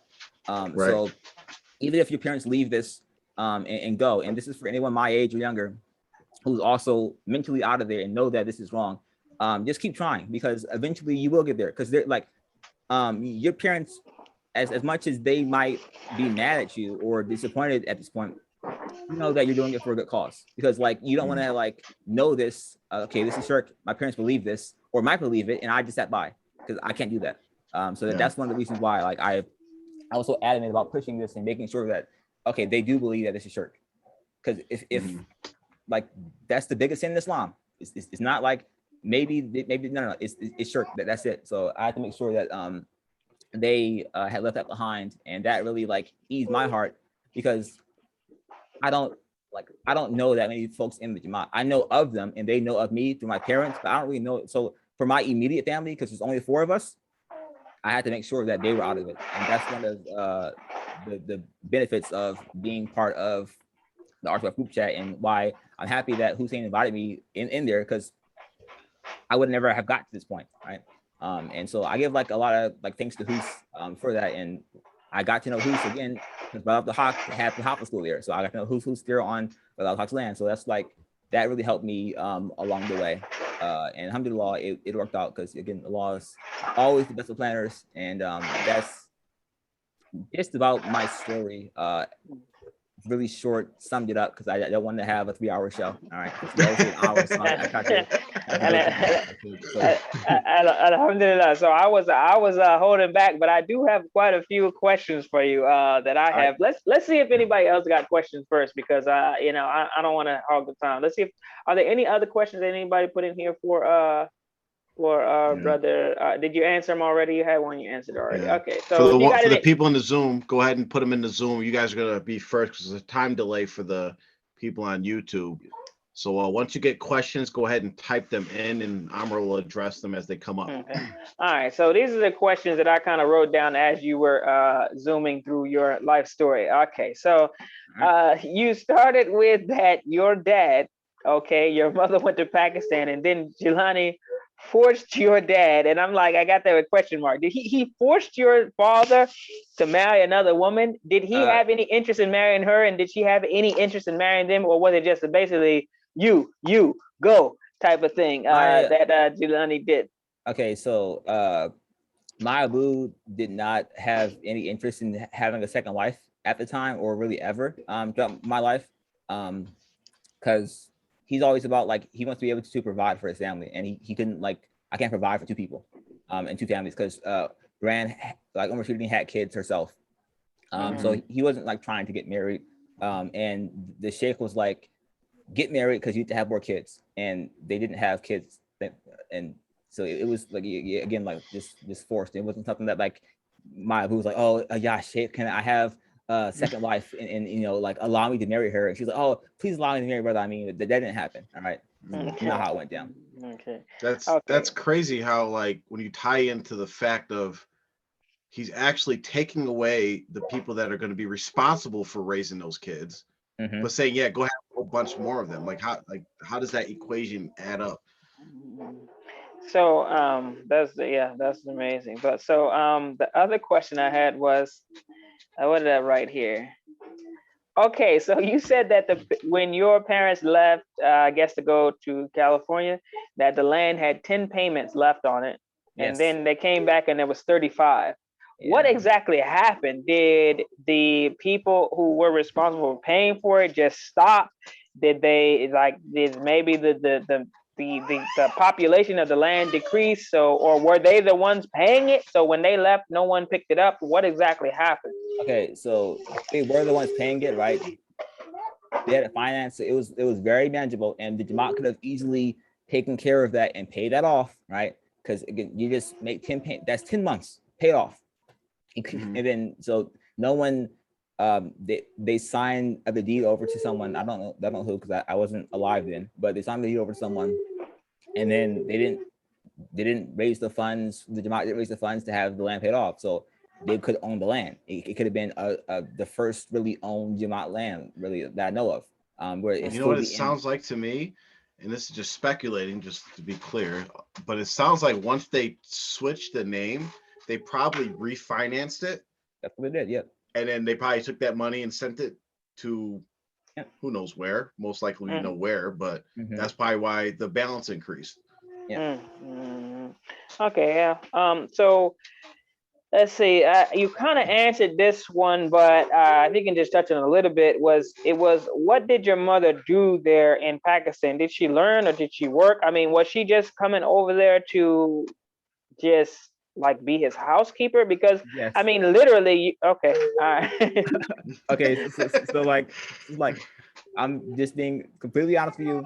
It wasn't, again, like folks went over there and learned things, but that wasn't like what my Umi did over there for the majority of the time. She was just like the head nigga of the house. But like she just took, like she took care of stuff.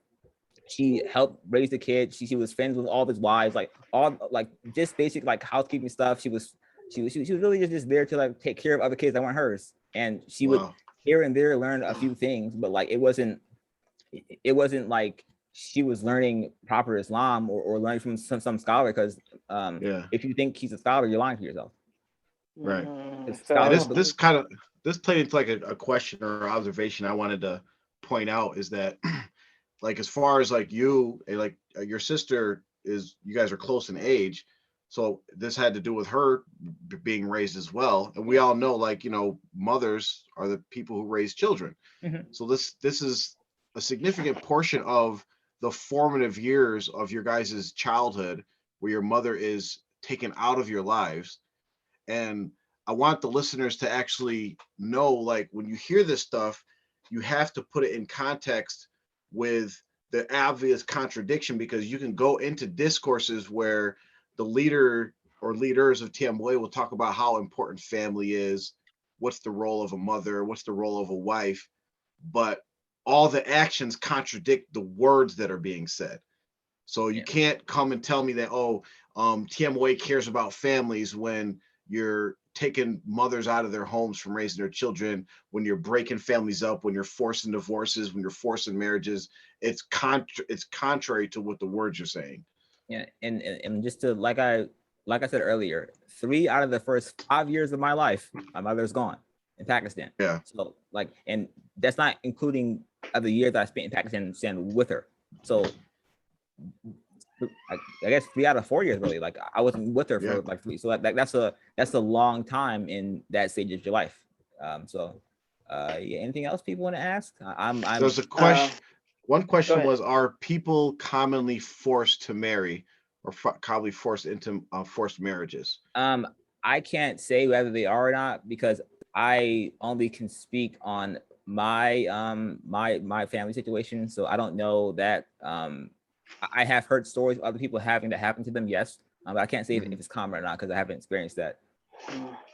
Yeah, I would say that it's it's not a common thing as like it's something that happens all the time, but it does happen. It's something that's not unusual, and it's not the type of force. Well, sometimes it is the type of force where you thinking of the commonly force, but really what it is when you're in a situation of a cult and there's spiritual abuse and there's a cult leader that, like Amr had mentioned, that everything that his mother was doing was because she was trying to get to paradise and get more blessings. When you're sheikh and you associate that with your hereafter says, hey, even if they make a suggestion to you, you should marry this. It's not a really suggestion; it's a command. Yeah. You can't go against it because look what happened. Amr's mother simply refused to go serve him, and she got kicked out. Don't ask me coming back. Because I mean, it's not like, okay, she was going over there to do something for the to the job or for the community. Like the community needed her to do something that, because remember, this Jamaat, and the mission of Jilani is to guide mankind. So I was thinking perhaps he needed her over there to do something that is for the benefit, for the well-being of all of mankind, but it seems like that wasn't the case. So okay. Another question I had was, what was the reason, the official reason for them swiping the brother, the Hafiz, his crib? I mean, because like you kind of touched on the fact that they had the joint set up for him, and then all of a sudden it wasn't his, it was somebody else's, and then who's his Abu stepped in and saved the day. But I really want to know, like, who got that spot and what was the reason they gave for why it was for him and then all of a sudden it wasn't. Okay, so I'm glad you asked that question, right? Because what's really funny is it was supposed to go to some like administration's family member, right? Or something along those lines, right? But what happened is they just simply didn't want to give it to the Hafiz at the end of the day, because every time for the next year that we came to the land at 2 p.m. for the Hafiz to teach the kids at the mosque, guess what was still there? That same unput together house for a whole year straight. So like they just didn't want to give it to the Hafiz for whatever reason, and had to force them to go somewhere else. So it wasn't like it was like they're gonna put together and get this done. It just was just sitting there for a whole year, and it could have been put to better use, obviously. And more kids probably would have came to the Hafiz school if it was on the land, but it's just they didn't have the foresight to get that taken care of, and it's one of the many mismanaged things that happen in the Jamaat. Often, like just from buildings to the people in the Jamaat, because when I was going to school in the Jamaat, right, there's a lot of people in the school who are brilliant, right? There's like, for it to be such a small, like just microcosm of like just the society as a whole, like the Muslim community and especially the Black community, because majority of people there are Black. A lot of them are really smart, but your talent isn't nurtured when you're there, right? And so like we had Taki on here, right? And he talked about how he went to college at 16 and he has his degrees and he has his he did that from that environment, right? Where that environment wasn't supportive and wasn't the best place for you to use your academic talents and nurture them, right? Imagine if it was. Yeah, so imagine it was, because like I was the same way. Like I was in the schools, we had these old books and stuff that were from the 80s, like, so it's just out of date. And and like I remember one time someone stole the books from the school, right? And we didn't have class because they couldn't teach. So we didn't have books, so they couldn't teach us like anything. So we didn't have class that day. But like I came from that, and my sister came from that, and people came from that, and they were able to go get their GEDs and then go to college and succeed and like all this stuff. Like my sister, she has a teaching certificate from Cambridge. Like, so you're able to do things despite where you start. Like, so it really held a lot of people back. And there's so many things. Basil, Kevin Byard, he's in the NFL. And like when I was a kid, right? And again, as you mature, things change. But like it wasn't like he was the best football player in the Jamaat. There was plenty of people in the Jamaat who I thought were better than him. But again, like wasted potential and never getting the opportunity to like use your talents is a big like thing where we could have had more than one doctor, one lawyer and stuff. We could have had more than K2 and the stethoscope and all, like so many things could have been. So many things could have actually like you could have actually been a doctor. Like so, Yeah, it's sad a to real see, doctor. Yeah, it's sad to see how wasted things go. Wait, can you explain that K2 with a stethoscope? Oh, okay. So I don't know if there's two Jamaat doctors, but there's one official doctor, Dr. Jamil, right? He was my brother-in-law. And so Dr. Jamil's an official doctor, right? And so they put out this like, maybe it was this like magazine article thing. And in the photo, right, it has Dr. Jamil MD, and below him it has Dr. K2, and it's K2, and he's like a therapist or something like that, right? And he has a stethoscope on for some reason, despite got like a lab coat and a lab stethoscope. coat, like he's cosplaying a doctor for he's cosplaying a doctor. I think I did. You sure he wasn't assisting Dr. Jamil with adult onset late circumcision? What? Okay. Oh my god. No, Man. no. Don't answer that, man. No. But like I believe it was in reference to the EGM. EGM Jelani methodology, where they cure people from jinn possession. Because I know one of the questions we had when we seen that is like, okay, what do you use a stethoscope for when you're dealing with someone who's possessed with a jinn? You gotta listen for the jinn. Like he's right here. Yeah. But you're absolutely sure it had to do with adult circumcision. Yes. Was yeah. I had a question about and related to the Hafiz before I forget. Do you ever know what happened to him in relation to the Jamaat? Like, did he continue his relationship, or did they cut him off after he started questioning things? I think they cut the Hafiz off because he no longer teaches there in Brother Abdul Haq's land. He only teaches in Richmond, Virginia. So that stopped happening. And that was kind of really the end of that, despite them being so like gung-ho about it. Because again, the Hafiz taught like the two Hafizes we have, or they have in the Jamaat, Shafiq and Tahir, right? Mm-hmm. They started out at the Hafiz school before going to Georgia and then learning from a Hafiz school there. But so they could have had more Hafizes or Hufaz if they took care of that Bible asset. But again, like I said before, the mismanaging of talent and stuff like that just happened rampantly. So it was like, okay, well, you didn't, Wow. Let's do a better job of that. Yeah, that was gonna be my last question I had, was what's up with the Hafiz school and what's going on with it. But you answered that question. But I would like just to make a statement that for Brother Abdul Haq Hussein's father, that was really an outstanding thing that he did, and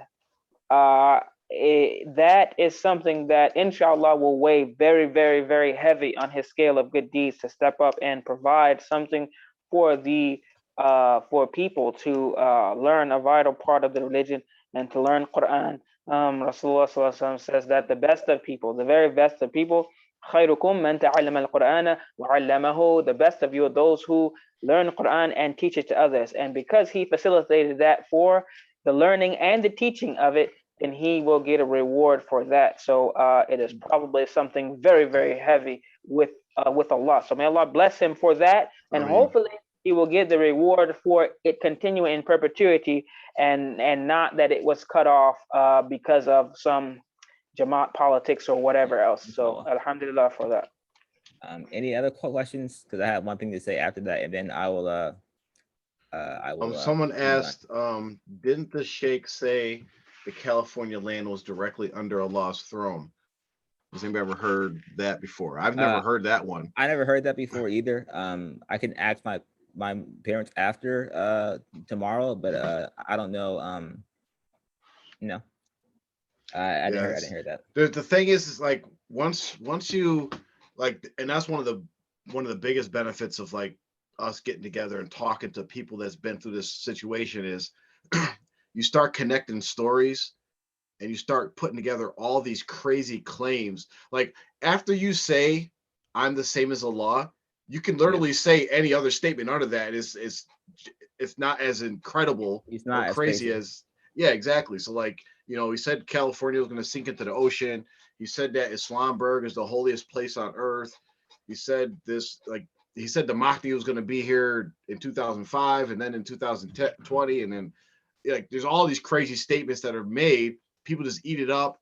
They forget about it when it doesn't happen. Some people don't forget. So literally anything I hear nowadays, like, yeah, he probably did say it. Because I remember telling y'all, this is like year 2 in the R2F group chat, was like, at a certain point, he just started lying, right? And then he kept lying because no one caught him on the lie. And so you would just keep on lying because no one's going to call you on it. And it had me thinking, like, imagine if he's leading the Salah, right? And generally, because again, no one's perfect, right? So everyone makes mistakes. So you might be leading the prayer, and let's say you're doing Surah Rahman, and you keep saying right? But let's say you forget that you're doing that, and you go from Surah Rahman to Surah An-Najm, and you go to right? So like you change the surah. Would they correct him? Like would they say, oh no, so I like it, like they probably wouldn't stop him from saying the wrong surah and then finishing it, and they would just be fine with it because that, like, he's above reproach to them, because they believe that he is this like divine creature. They compare him to a kidder who's mentioned in the Quran, and I don't know the Quran verbatim, right? I'm not a Hufaz, but I guarantee you his name's not there one time. I guarantee you. And so like like people have to be careful with the whole like it's hidden knowledge and stuff like that. And there's just things you don't know because you're not at that spiritual plane, right? For you to utter out your mouth that there are things about Islam that we do not know after the life of the Prophet Muhammad Sallallahu Alaihi Wasallam, right? Who was a perfect like messenger for the religion of Allah, right? That means that you are placing an indictment on him and his ability to lead you and guide you as a prophet. So like it's so like backwards, but it just like commonplace. Because when I was at the Jamaat, I was talking to someone in the Jamaat, and they're talking 5 minutes, having a intelligence conversation about like the Sahabas or something like that. Yeah. And I'm thinking like, when and why or how did you manage to bring up MG's name into this conversation? Like it's so far, it's not even like he has no place here. So like you just for no reason. Well, it's crazy because and for people who have been involved in conversations with trying to give dawah to Tmoa members, and they try to blindly defend, this whole ideology, their only defense is they delve into this whole secret aspect of the religion. We'll start telling stories about Kither, and there's these secrets that we didn't know, and this and that. But it's like you have narrations like from Khalifa Ali radiallahu anh, who said, like, I'm paraphrasing, but he pretty much said, if anybody tells me that there's secrets that Prophet Muhammad sallallahu alaihi wasallam didn't tell us about, I'll chop his head off. Like that's how serious it is. And like, but you have imagine now someone going back to Khalifa Ali, like, yeah, I know about the 7 sultans. I got the secret info. He would kill you. Like, think about that. Because I mean, it is. I mean, that in and of itself is shirk. By you, because you are accusing Allah of sending someone who could not or did not actually convey what he needed to convey for you to practice Islam in the best way possible. Allah said he perfected the religion. So therefore, if you even say, well, Rasulullah actually didn't tell us everything, or he kept something secret from us that could bring us closer to Allah, you're accusing Allah of saying something that's inaccurate, which when he said he perfected his religion, you're accusing Rasulullah of failing in his mission. Now, his mission was to guide all of mankind. Literally, that was his mission. So you're accusing Rasulullah of failing in his mission. In the meantime, let me just stop there because I was about to go way down deep into some other stuff. But yeah, so you got another question, Amr. the K2 in the chat said, so did your parents still believe in the seven sultans even after being kicked out? I already mentioned that, K2. What I said was my mother never heard of it because she never read Risale ever in her time being a part of the Jamaat. And my father did believe in it, but he hadn't read it in a while. And so when I went over it with him and just talking to him about it, then that's when he was like, okay, that's shirk. So that's not true. So hopefully that answers the question. No, they don't believe in it currently. Now they're doing myself or my sister. And that's it for my family on Seven Sultans. We don't believe in it. It is shirk. You cannot defend it. And it's apparent to me that you can't defend it because all people do is just goes to the comments and roast Jafar for some reason, or me, or like it's never about like, okay, the Seven Sultan is real because of this or that. It's this happened to you, maybe this happened to you. It's like hypotheticals and things of that nature. Or when I see you, it's on site, and it's funny. It's funny to be really because like if I were to come on here and say like some like basketball thing, like, oh, LeBron James is the best player of all time, y'all would be in the comments right there talking about Jordan had this stat, that y'all would have all the facts in the world. But for your religion, it's like, okay, well, how dare you? Like, you know, ask the person. Like, defend, like backtrack on or give me pushback from my statement about your belief in the Seven Sultan. Show me that. Yeah, it's actually mind-boggling, and it becomes even more mind-boggling the longer you've been away from, like, basically just like keeping your eyes closed and your ears shut and, you know, plugging your nose so you don't hear, smell, see, or anything, right? But then once you step away from it, you realize how, like, man, that's just crazy. Like, people just, like, you go around calling, you know, oh, Shaji's the sixth sultan and this and that, and people have no idea what they're even talking about. You know, like this one individual even this week was telling me that, you know, how much Islam he could teach me and this and that. And then when asked about, you know, do you believe that it's okay to call oh my God, do you believe it's okay to call the do you believe it's okay to call the seven sultans Allah? And the person's like, oh, I don't know anything about that. I have to look into it. It's like, but you don't even know about your own belief. Like, you're defending something, and like even one of my family members who's basically full circle now has, you know, they're getting information on the seven sultans, and obviously they're debating with somebody else about the topic. And these people, they never heard of Risala Ruhi. They never knew about where the seven sultans came from. And they get a copy of the Risala Ruhi. This is their first time reading it, and they already start trying to defend it. They never even read it before, but then they're trying to defend these statements that are in there. It's just like, if you're already trying to defend these things before you even know about it, then something's wrong.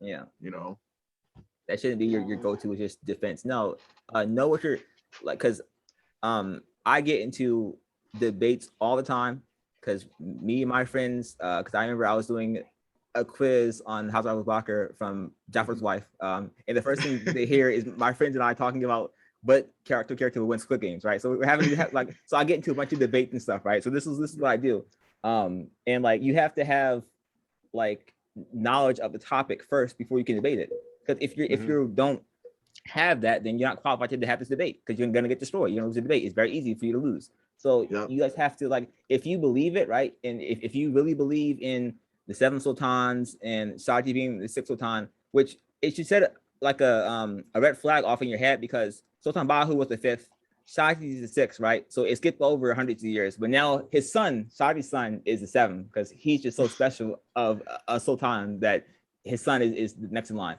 But you guys need to like go in detail about this 6-7 sultan belief and try to defend it. I would actually love to read in a comment, or if you come on the show maybe, right, and defend your belief and why you believe the 7 sultans, because I'm not gonna like just dismiss it, but like you're not gonna find anything, so you would maybe wasting your time at the end of the day. You know, they don't actually, at the end of the day, they don't really believe it. Your belief has to be based on something. There's no act, so they don't actually believe in the 7 sultans, any of that stuff. What they believe in is they believe in the veracity, the truthfulness, the honesty of Mubarak Jalani. That's what they believe because that's where he got it from. He says he's a sixth sultan, and that's something special. That's what they believe in. The actual aqidah of the seven sultan thing, they don't even know what it is. So how can they believe it? They don't actually believe in that. They believe in him. Okay, so they have put everything there. Now, the reason why I would say they're so fierce and like literally defending and holding on to the last string or straw of hope is that if Mubarak Jalani is shown to be someone who's untrustworthy, who has told lies, doesn't know the religion of Al-Islam and various other things, then the seven sultan are in these other beliefs, and what they would equate that their whole lives have been basically a lie, which possibly, but the good thing about it is now you know. Now you know, you have the information. I mean, everyone feels like a fool when they've been taken advantage of. I mean, if you've ever been scammed before or tricked or whatever the case may be, you're like, man, how the heck did I fall for that? After hindsight, you see it. But it's like this is a big, huge scam. It's a trick, and you have to basically say, you know what? I could be wrong. And that's the first step. Say, hey, I could be wrong. Let me make sure, at least for my own self, let me make sure that what I do believe in, that it's actually something of substance. There's no substance there. You don't actually have any weird, I didn't know anything about it. Jafar literally taught me. I saw his video and I learned about it. I didn't, honestly, the only person that I ever even heard mention seven sultans in my whole life was Salim Hamid. One time we were arguing in a chat room. That's back when when everybody was friends, and I used to ask certain questions or whatever. He said something about it, and I'm like, what the heck is that? It didn't make a drop of sense to me. I didn't believe it outright straight away. I said, that's not, that doesn't even sound right, but whatever. But this first time I heard it, dismissed it, and just went about my day. I was like, that's something that Salim is he's just blurting right now. I didn't even take it into consideration. But the thing is, no one really actually knows any real details about it. They're getting the information I got it from Jafar, and then I'm telling my parents, I'm telling people about it from him. Trying to say, hey, look at this video. I told my wife, wow, this dude is literally breaking some stuff down about the Jamaat. We've been in the joint our whole lives and we don't even know, man. It was ridiculous. So, the thing is, of all the people that you should be hating on, Jafar is probably the last one.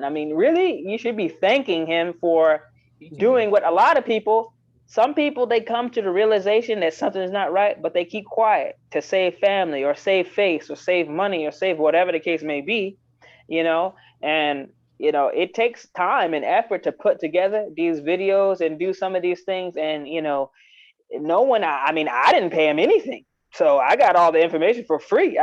Maybe he might charge me later, but the Wahhabis fund me enough. Yeah.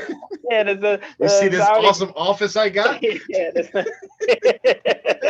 Yeah. So but in all seriousness, he's not the person that any of your anger should be towards. It really should be, number one, it should be directed towards yourself. How could I have fell for such a thing? And then you verify, and it's similar to you finding out after 40 years that the person you thought was your dad was actually your uncle, and someone who you thought was your uncle is actually your real dad. And they both knew, and neither one of them said. You got a lot of questions like how, when did this happen? So then it leads to, okay, if you're my dad, then hold up, is my mom my mom? And so it's that type of serious thing where you can still love a person, but recognize that they were the wrong that they have done.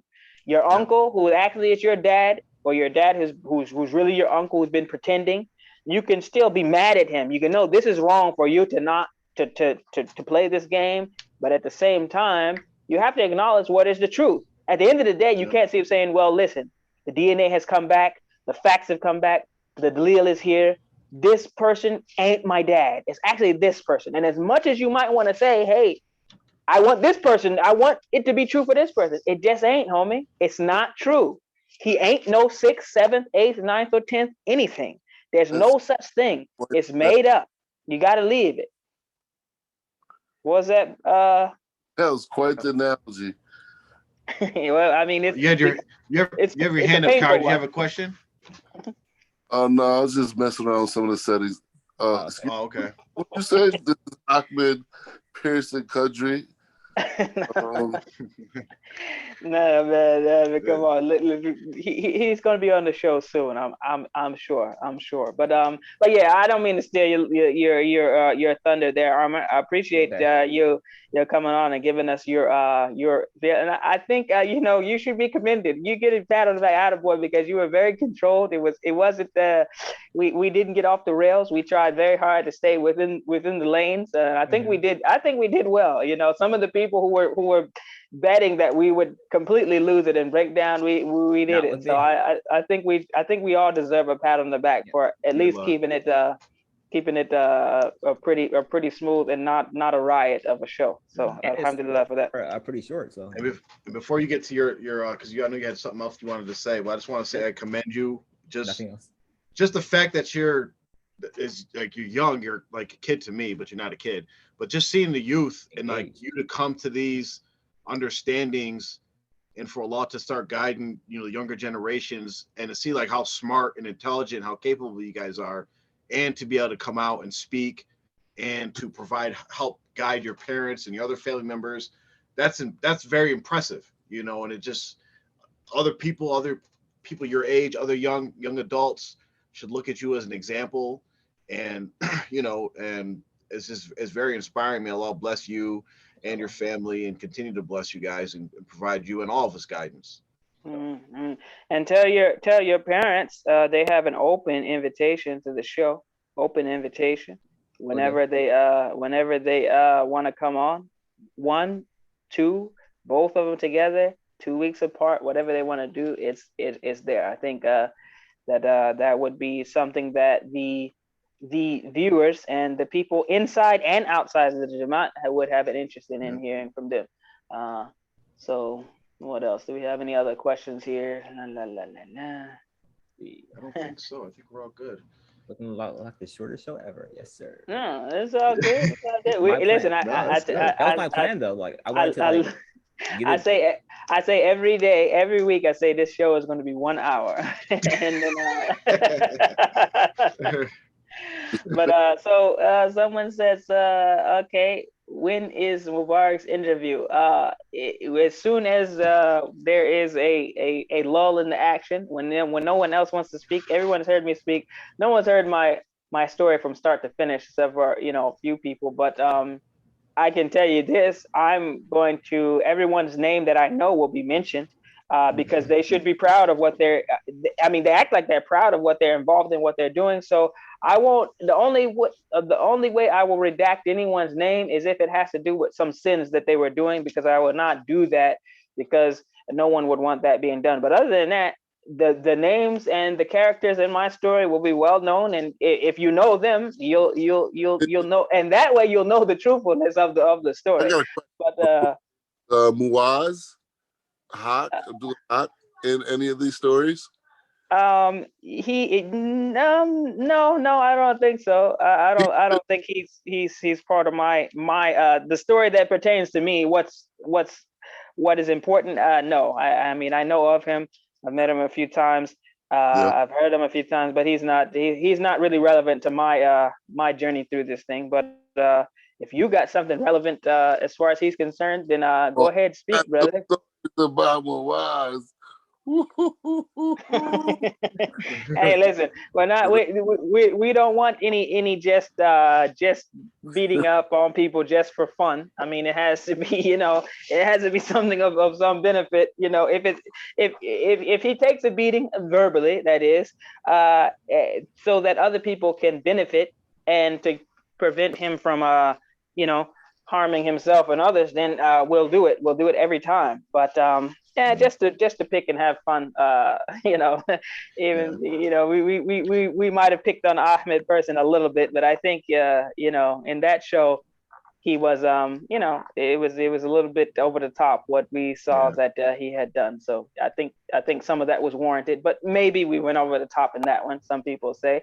But for the most part, we will not try to bully anyone unless they really need it. So and we try to address the things that, like, when, especially when we get to our like mailbags, when we have opportunities to do that, when people are saying things that is one being misguiding people, or it's something that seems to be like a common theme that is coming up because it needs to be addressed. You know, making sajda on graves, that's, you know, something that needed to be addressed.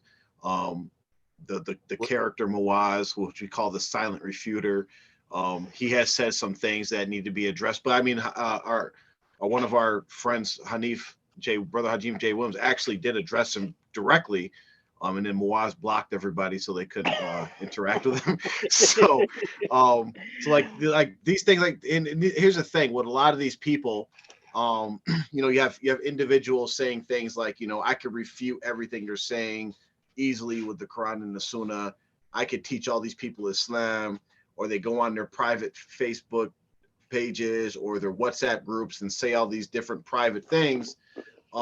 It's actually all an evidence against them, you know, because we've been here, and again, I say the same thing. We've been here now for several weeks, you know, giving dawah, right? And from TMOA's perspective, we've been, you know, misguiding people, right? We're actually causing people to leave TMOA, right? TMOA, like, more people from TMOA are watching our videos than they watch their own sheikh's videos. You know, I have all the records on our account. So we're misguiding people. And here you are, all your alleged scholars, leaders, imams, female imams, sheikhas, no one can say a word in your own defense to try to keep your people on the right path. That's an evidence against them. So like, when you're on falsehood, it doesn't matter whether you say anything or be quiet, because it's all used against you, right? You're quiet because you have no defense, and that's your actual best defense, to just hope that the bleeding stops, right? If you actually do speak out, it's going to get to us. This is why you confiscate people's phones at meetings and say, oh, we don't want them to send anything to R2F, right? Because when you do say something, we're going to blast you and point out all the contradictions of what you say. Like, I can't wait for the first attempt that they do from their new imama or female imam, where they actually do their first discourse. And then we finally get it, and it's going to be a complete joke. We already know that. But this is oh my goodness, I am the first miscourse, you know what I mean, is going to be, I mean, are so chauvinist. You guys are chauvinist. Yo, I'm trying to figure out, what are they supposed to do? I mean, are they supposed to kiss her hand, or I mean, how you know, what's the etiquette? What's the etiquette, man? I'm just trying to, you know what? Let me stop. You know, redact. Like, hey, I mean, like feminine course. So here I got a question. Abdul Kawi, when are you coming on the show? When y'all pay me. I'll buy you breakfast. I'll come on here. I'll buy you breakfast. 10%. Yo, man, tell them to take it out of the membership dues I still owe. I mean, they owe me, and you know that you can get it out of that. I'm sure it's quite a bit. At one time, I paid 35%. So I heard the people who had the most sins had to pay more. That's what I heard. Yeah, I can't. I'm not even going to respond to that, because there's some people that probably should have been paying like 100%. Then, if that's the case, because I get like Oz. No, listen, no, man. Let's leave him. Let's leave him, man. He's, you know, listen. Why is your room so dark? Because I don't have the light on. It's just my 2 PCs. It's what, your 2 PCs? What games do you play? Everything. Right now it's just Final Fantasy. Oh shit. Yeah. Come on, man. Oh God. Yo, come on, you out here cursing. God. You left the Jamal to play Final Fantasy. Yes, I didn't get possessed playing Final Fantasy, even though I was Oh telling my you that they're like if you play Final Fantasy, Pokemon, World of Warcraft, you're gonna get possessed. Because someone had some person had a seizure from like epilepsy, because it happens with games. Was it you? It definitely wasn't me. It definitely wasn't me. All right. Alhamdulillah, I haven't ever had a seizure. But they're like, no one can play video games. And so that's when they were like going to folks' houses and taking their systems and throwing it into a bonfire and burning them all alive and stuff. It was wild. But yeah, no, it wasn't me. It wasn't me or my He was family. crying. Did you jump in the fire and say the dua of Ibrahim? And you was No. there to grab your Final Fantasy disc? No, they never came to my house ever. You had it hidden in the toilet. No. In the back table. I had it in plain sight. They just never came to our house because after he is kids aren't gonna have this It's stuff. like prison shakedowns, like they're hiding the shakes. And... Yeah. Hey, I really appreciate your interview because I didn't know who you were, and now I kind of know who you are now, and your mother and your family. I would like to get some of my books I got from Tmoa signed by your mother, and then back to my people. And so while she can do that for you, That's heavy stuff there. Yeah, we need to, we need to do. We need to get some of these books, like find the actual book that it was taken and plagiarized from, and like show, like literally, your boy plagiarized so and so's work, and then see, actually it probably would be a waste of time, because if they can defend all types of other stuff that's way worse than plagiarizing something, I mean, we're wasting our time. Like, that's the least of their concerns. Well, it's funny because, like, if anybody knows about the Black Book, right, the book that you needed special permission to read or else you get possessed and all that, it's called FITRAH Muhammadiyah. The book is literally just plagiarized. Jelani just taking stuff from other people, taking stuff from Risala Ruhi, putting it in there, mixing it together, and then a bunch of accounts of alleged dreams and experiences that his talibs had. And one of the things as far as related to books where I was like, what the, this is not right. And because Amr had talked about like his parents, trying to like give the books for free to people if it's about knowledge, or give it to them at cost at least. There's a Tafsir Ibn Abbas that the Jamaat started selling, and literally like you can go right online and type in Tafsir Ibn Abbas, and you can go to the site that provides it free, a PDF copy, right? And I remember there was like, okay, the Jamaat's selling a Tafsir Ibn Abbas, and I'm thinking like maybe it's a different edition or whatever. I bought the book, and literally like the cover, everything, word for word, they didn't change anything. They literally just went to the link, clicked the PDF, and printed it, bound it, and then started selling it to people. See, what you call the plagiarism, I call resourcefulness. Well, I call it a money grab, because if you want people to get knowledge, what you do is you provide the link in the same chat room that you're trying to sell the books in. Here's the free PDF link. Go print it yourself if you want to. Sounds like somebody's did this themselves before. You ask me. But like again, that's like because another thing I didn't talk about because it just wasn't important to me, but like there was this one Juma where Mubarak Jelani just had this new discourse, and they were selling it to people. They're selling it to folks, and they had this whole like rule book of things you couldn't do if a discourse is on. Like you're not allowed to turn around and leave a room. If he's talking, you have to wait till he stops talking to pause the video. You have to be in wudu, like a bunch of stuff you had to do to do. It was like $10 for this video. You're not allowed to sleep with it on. Like you have to be attentive with it, right? And so again, as I mentioned before, every Juma I go with my boo. I do to this day. So my boo buys it, of course, right? Because it's $10. You can buy it. We go home. He puts it on the TV. I'm talking about 5 minutes go by. He is gone. He is sleeping. My boo's like, he's out of here. Yeah, no. There's a question in the chat that said, is there any background info on the book Rasa to Safa? So I know a lot about this book because I was a part of one of the people that got the copy of the book for the Sheikh to reproduce. So many of you might be familiar because the Jamaat has widely reproduced one of the second volumes of Raza Tasafa, which is the volume on the life of Prophet Muhammad Sallallahu Alaihi Wasallam. And the Sheikh has or the Sheikh of the Jamaat has built it as it's this special secret, sirah that the Sheikh has heavily produced and edited and whatever. But all he's doing again is just printing something that is someone else has already developed. And the Raza Tasafa itself, it's a history book that has maybe 4 or 5 volumes. It's not one of the main history books throughout Islam that many people are used to. It has a lot of what you call Israeli. I think Mark better know the name term to me, but basically it's sources from Jewish and Christian history, right?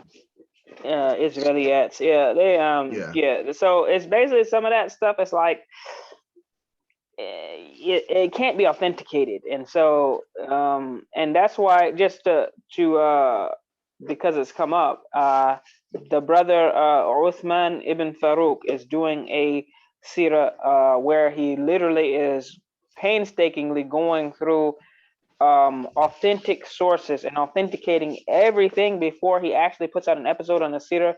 Is very good. There's probably 17 episodes or so.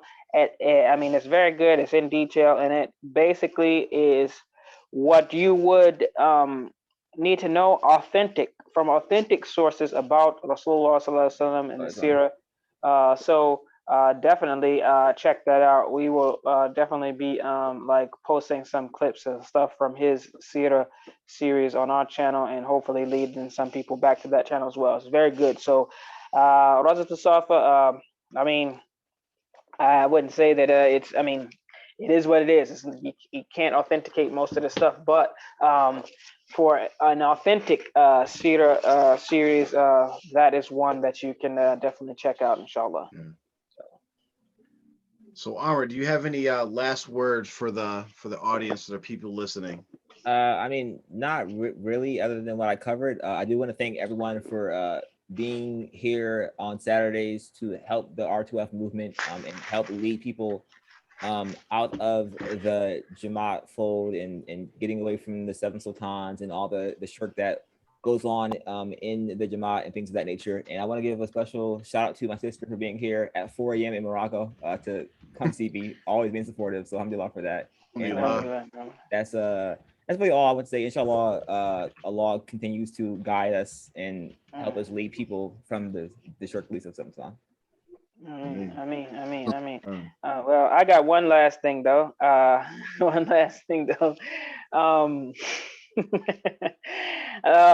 always I had I have to apologize to you, Amr, because I always had a sneaky suspicion that actually you were the Hussein Adams in the chat, but I mean, I've been trying to watch, and I'm watching him post stuff, and I'm looking at you. I'm trying to see, and I think I have to. I think unless you really got me fooled, I think that it can't be you. I don't think it is you because no. I promise you, it's not me.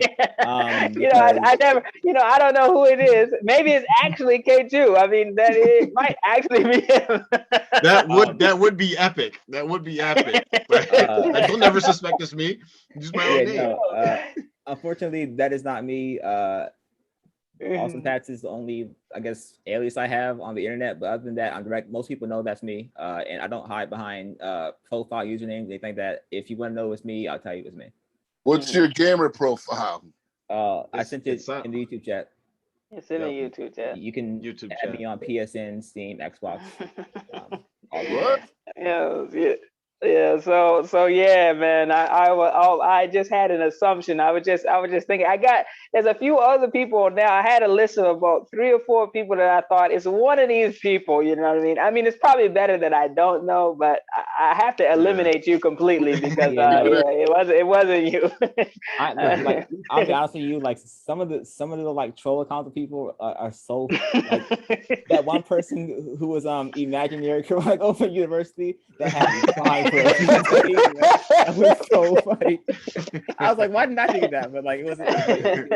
Y'all are hilarious, bro. I have to get like y'all are hilarious, bro. It's funny though because they shift, like they play their role, but then like they randomly come out of it, right? And they start talking crap about Tmoa, and then they go back into their role. Exactly. It's like some things they can't resist. Like, oh, I broke character for this one. Yeah. Good question here from brother man. Brother. Yeah. Okay. So, despite my only being so high up in the Jamaat, we never got like a stipend or pension from other Jamaat ever. We had to pay for like the printing stuff and books and stuff. And the sheikh was like, okay, well, paying for the books is your 10%. So that was how we paid our 10%. We never got like money from the Jamaat ever. So that didn't happen. I got a question related to that actually. So, and it might be something you need to talk to your mother about, but because one of the misconceptions or theories that people think is that, so when people are going over there with $9,999.99 flying on a plane and all the millions of dollars that are going over there, people say, oh, it's going to charity and he's helping people and this and that. So like, I wonder if your Umi has ever talked about all the charity efforts that were going on in Pakistan while she was over there, because obviously all this money's going over there. Like every day there'd be something going on as far as get off food, clothes, or these different things. But from what I ever hear from people going to Pakistan, they're pretty much in the house serving the sheikh, and then that's just it. Yeah, no, like all the stories I've heard from her and uncles here is just they're generally in the house in his presence. They have to like sneak away to go to like KFC, like so generally when you're there, you're in the presence of him. Unless of course you're people he didn't really like it was people that came over to see him. They paid their own money to come see him, and it's like Naomi was they're like, Dr. Tia, we want to see him. He came out this way, we want to be in the presence of our sheikh, right? And Naomi goes to talk to him, like, they came this long way to see you. And they want to talk to you. He's like, try to discourage it. All right.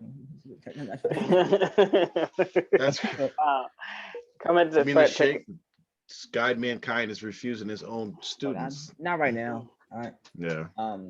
But yeah, no, like the more I learn about like Mubarak Jamali, I can see why his son is the way he is with the interaction he had with Jafar, like just the arrogance and all. Like there's so many things that just not returning salams. It's apparent. And I'm glad that I'm not that way. Yeah. Alhamdulillah. And there was one more thing that I was thinking, but it has escaped me. So that's probably a good thing because it was probably not. Probably wasn't. it wasn't professional. So let me leave it at this hour. It just gets that way. So let's see. The next show that we have, before, if we don't get any more questions in, but just a little preview. Something just came in, and there's something important we're gonna have to address on our next show, and I'll talk to Mubarak about it afterwards. But if you get a chance, make sure you tune into next week's show. It's gonna be something important that we need to discuss, and just tune in next week. You'll see. Inshallah. Okay. All right. I think that's a wrap. All right. All right. سبحان ربك رب العزة عما يصفون وسلام على المرسلين والحمد لله رب العالمين. السلام عليكم ورحمة الله وبركاته. Assalamu alaikum. Alaikum assalam.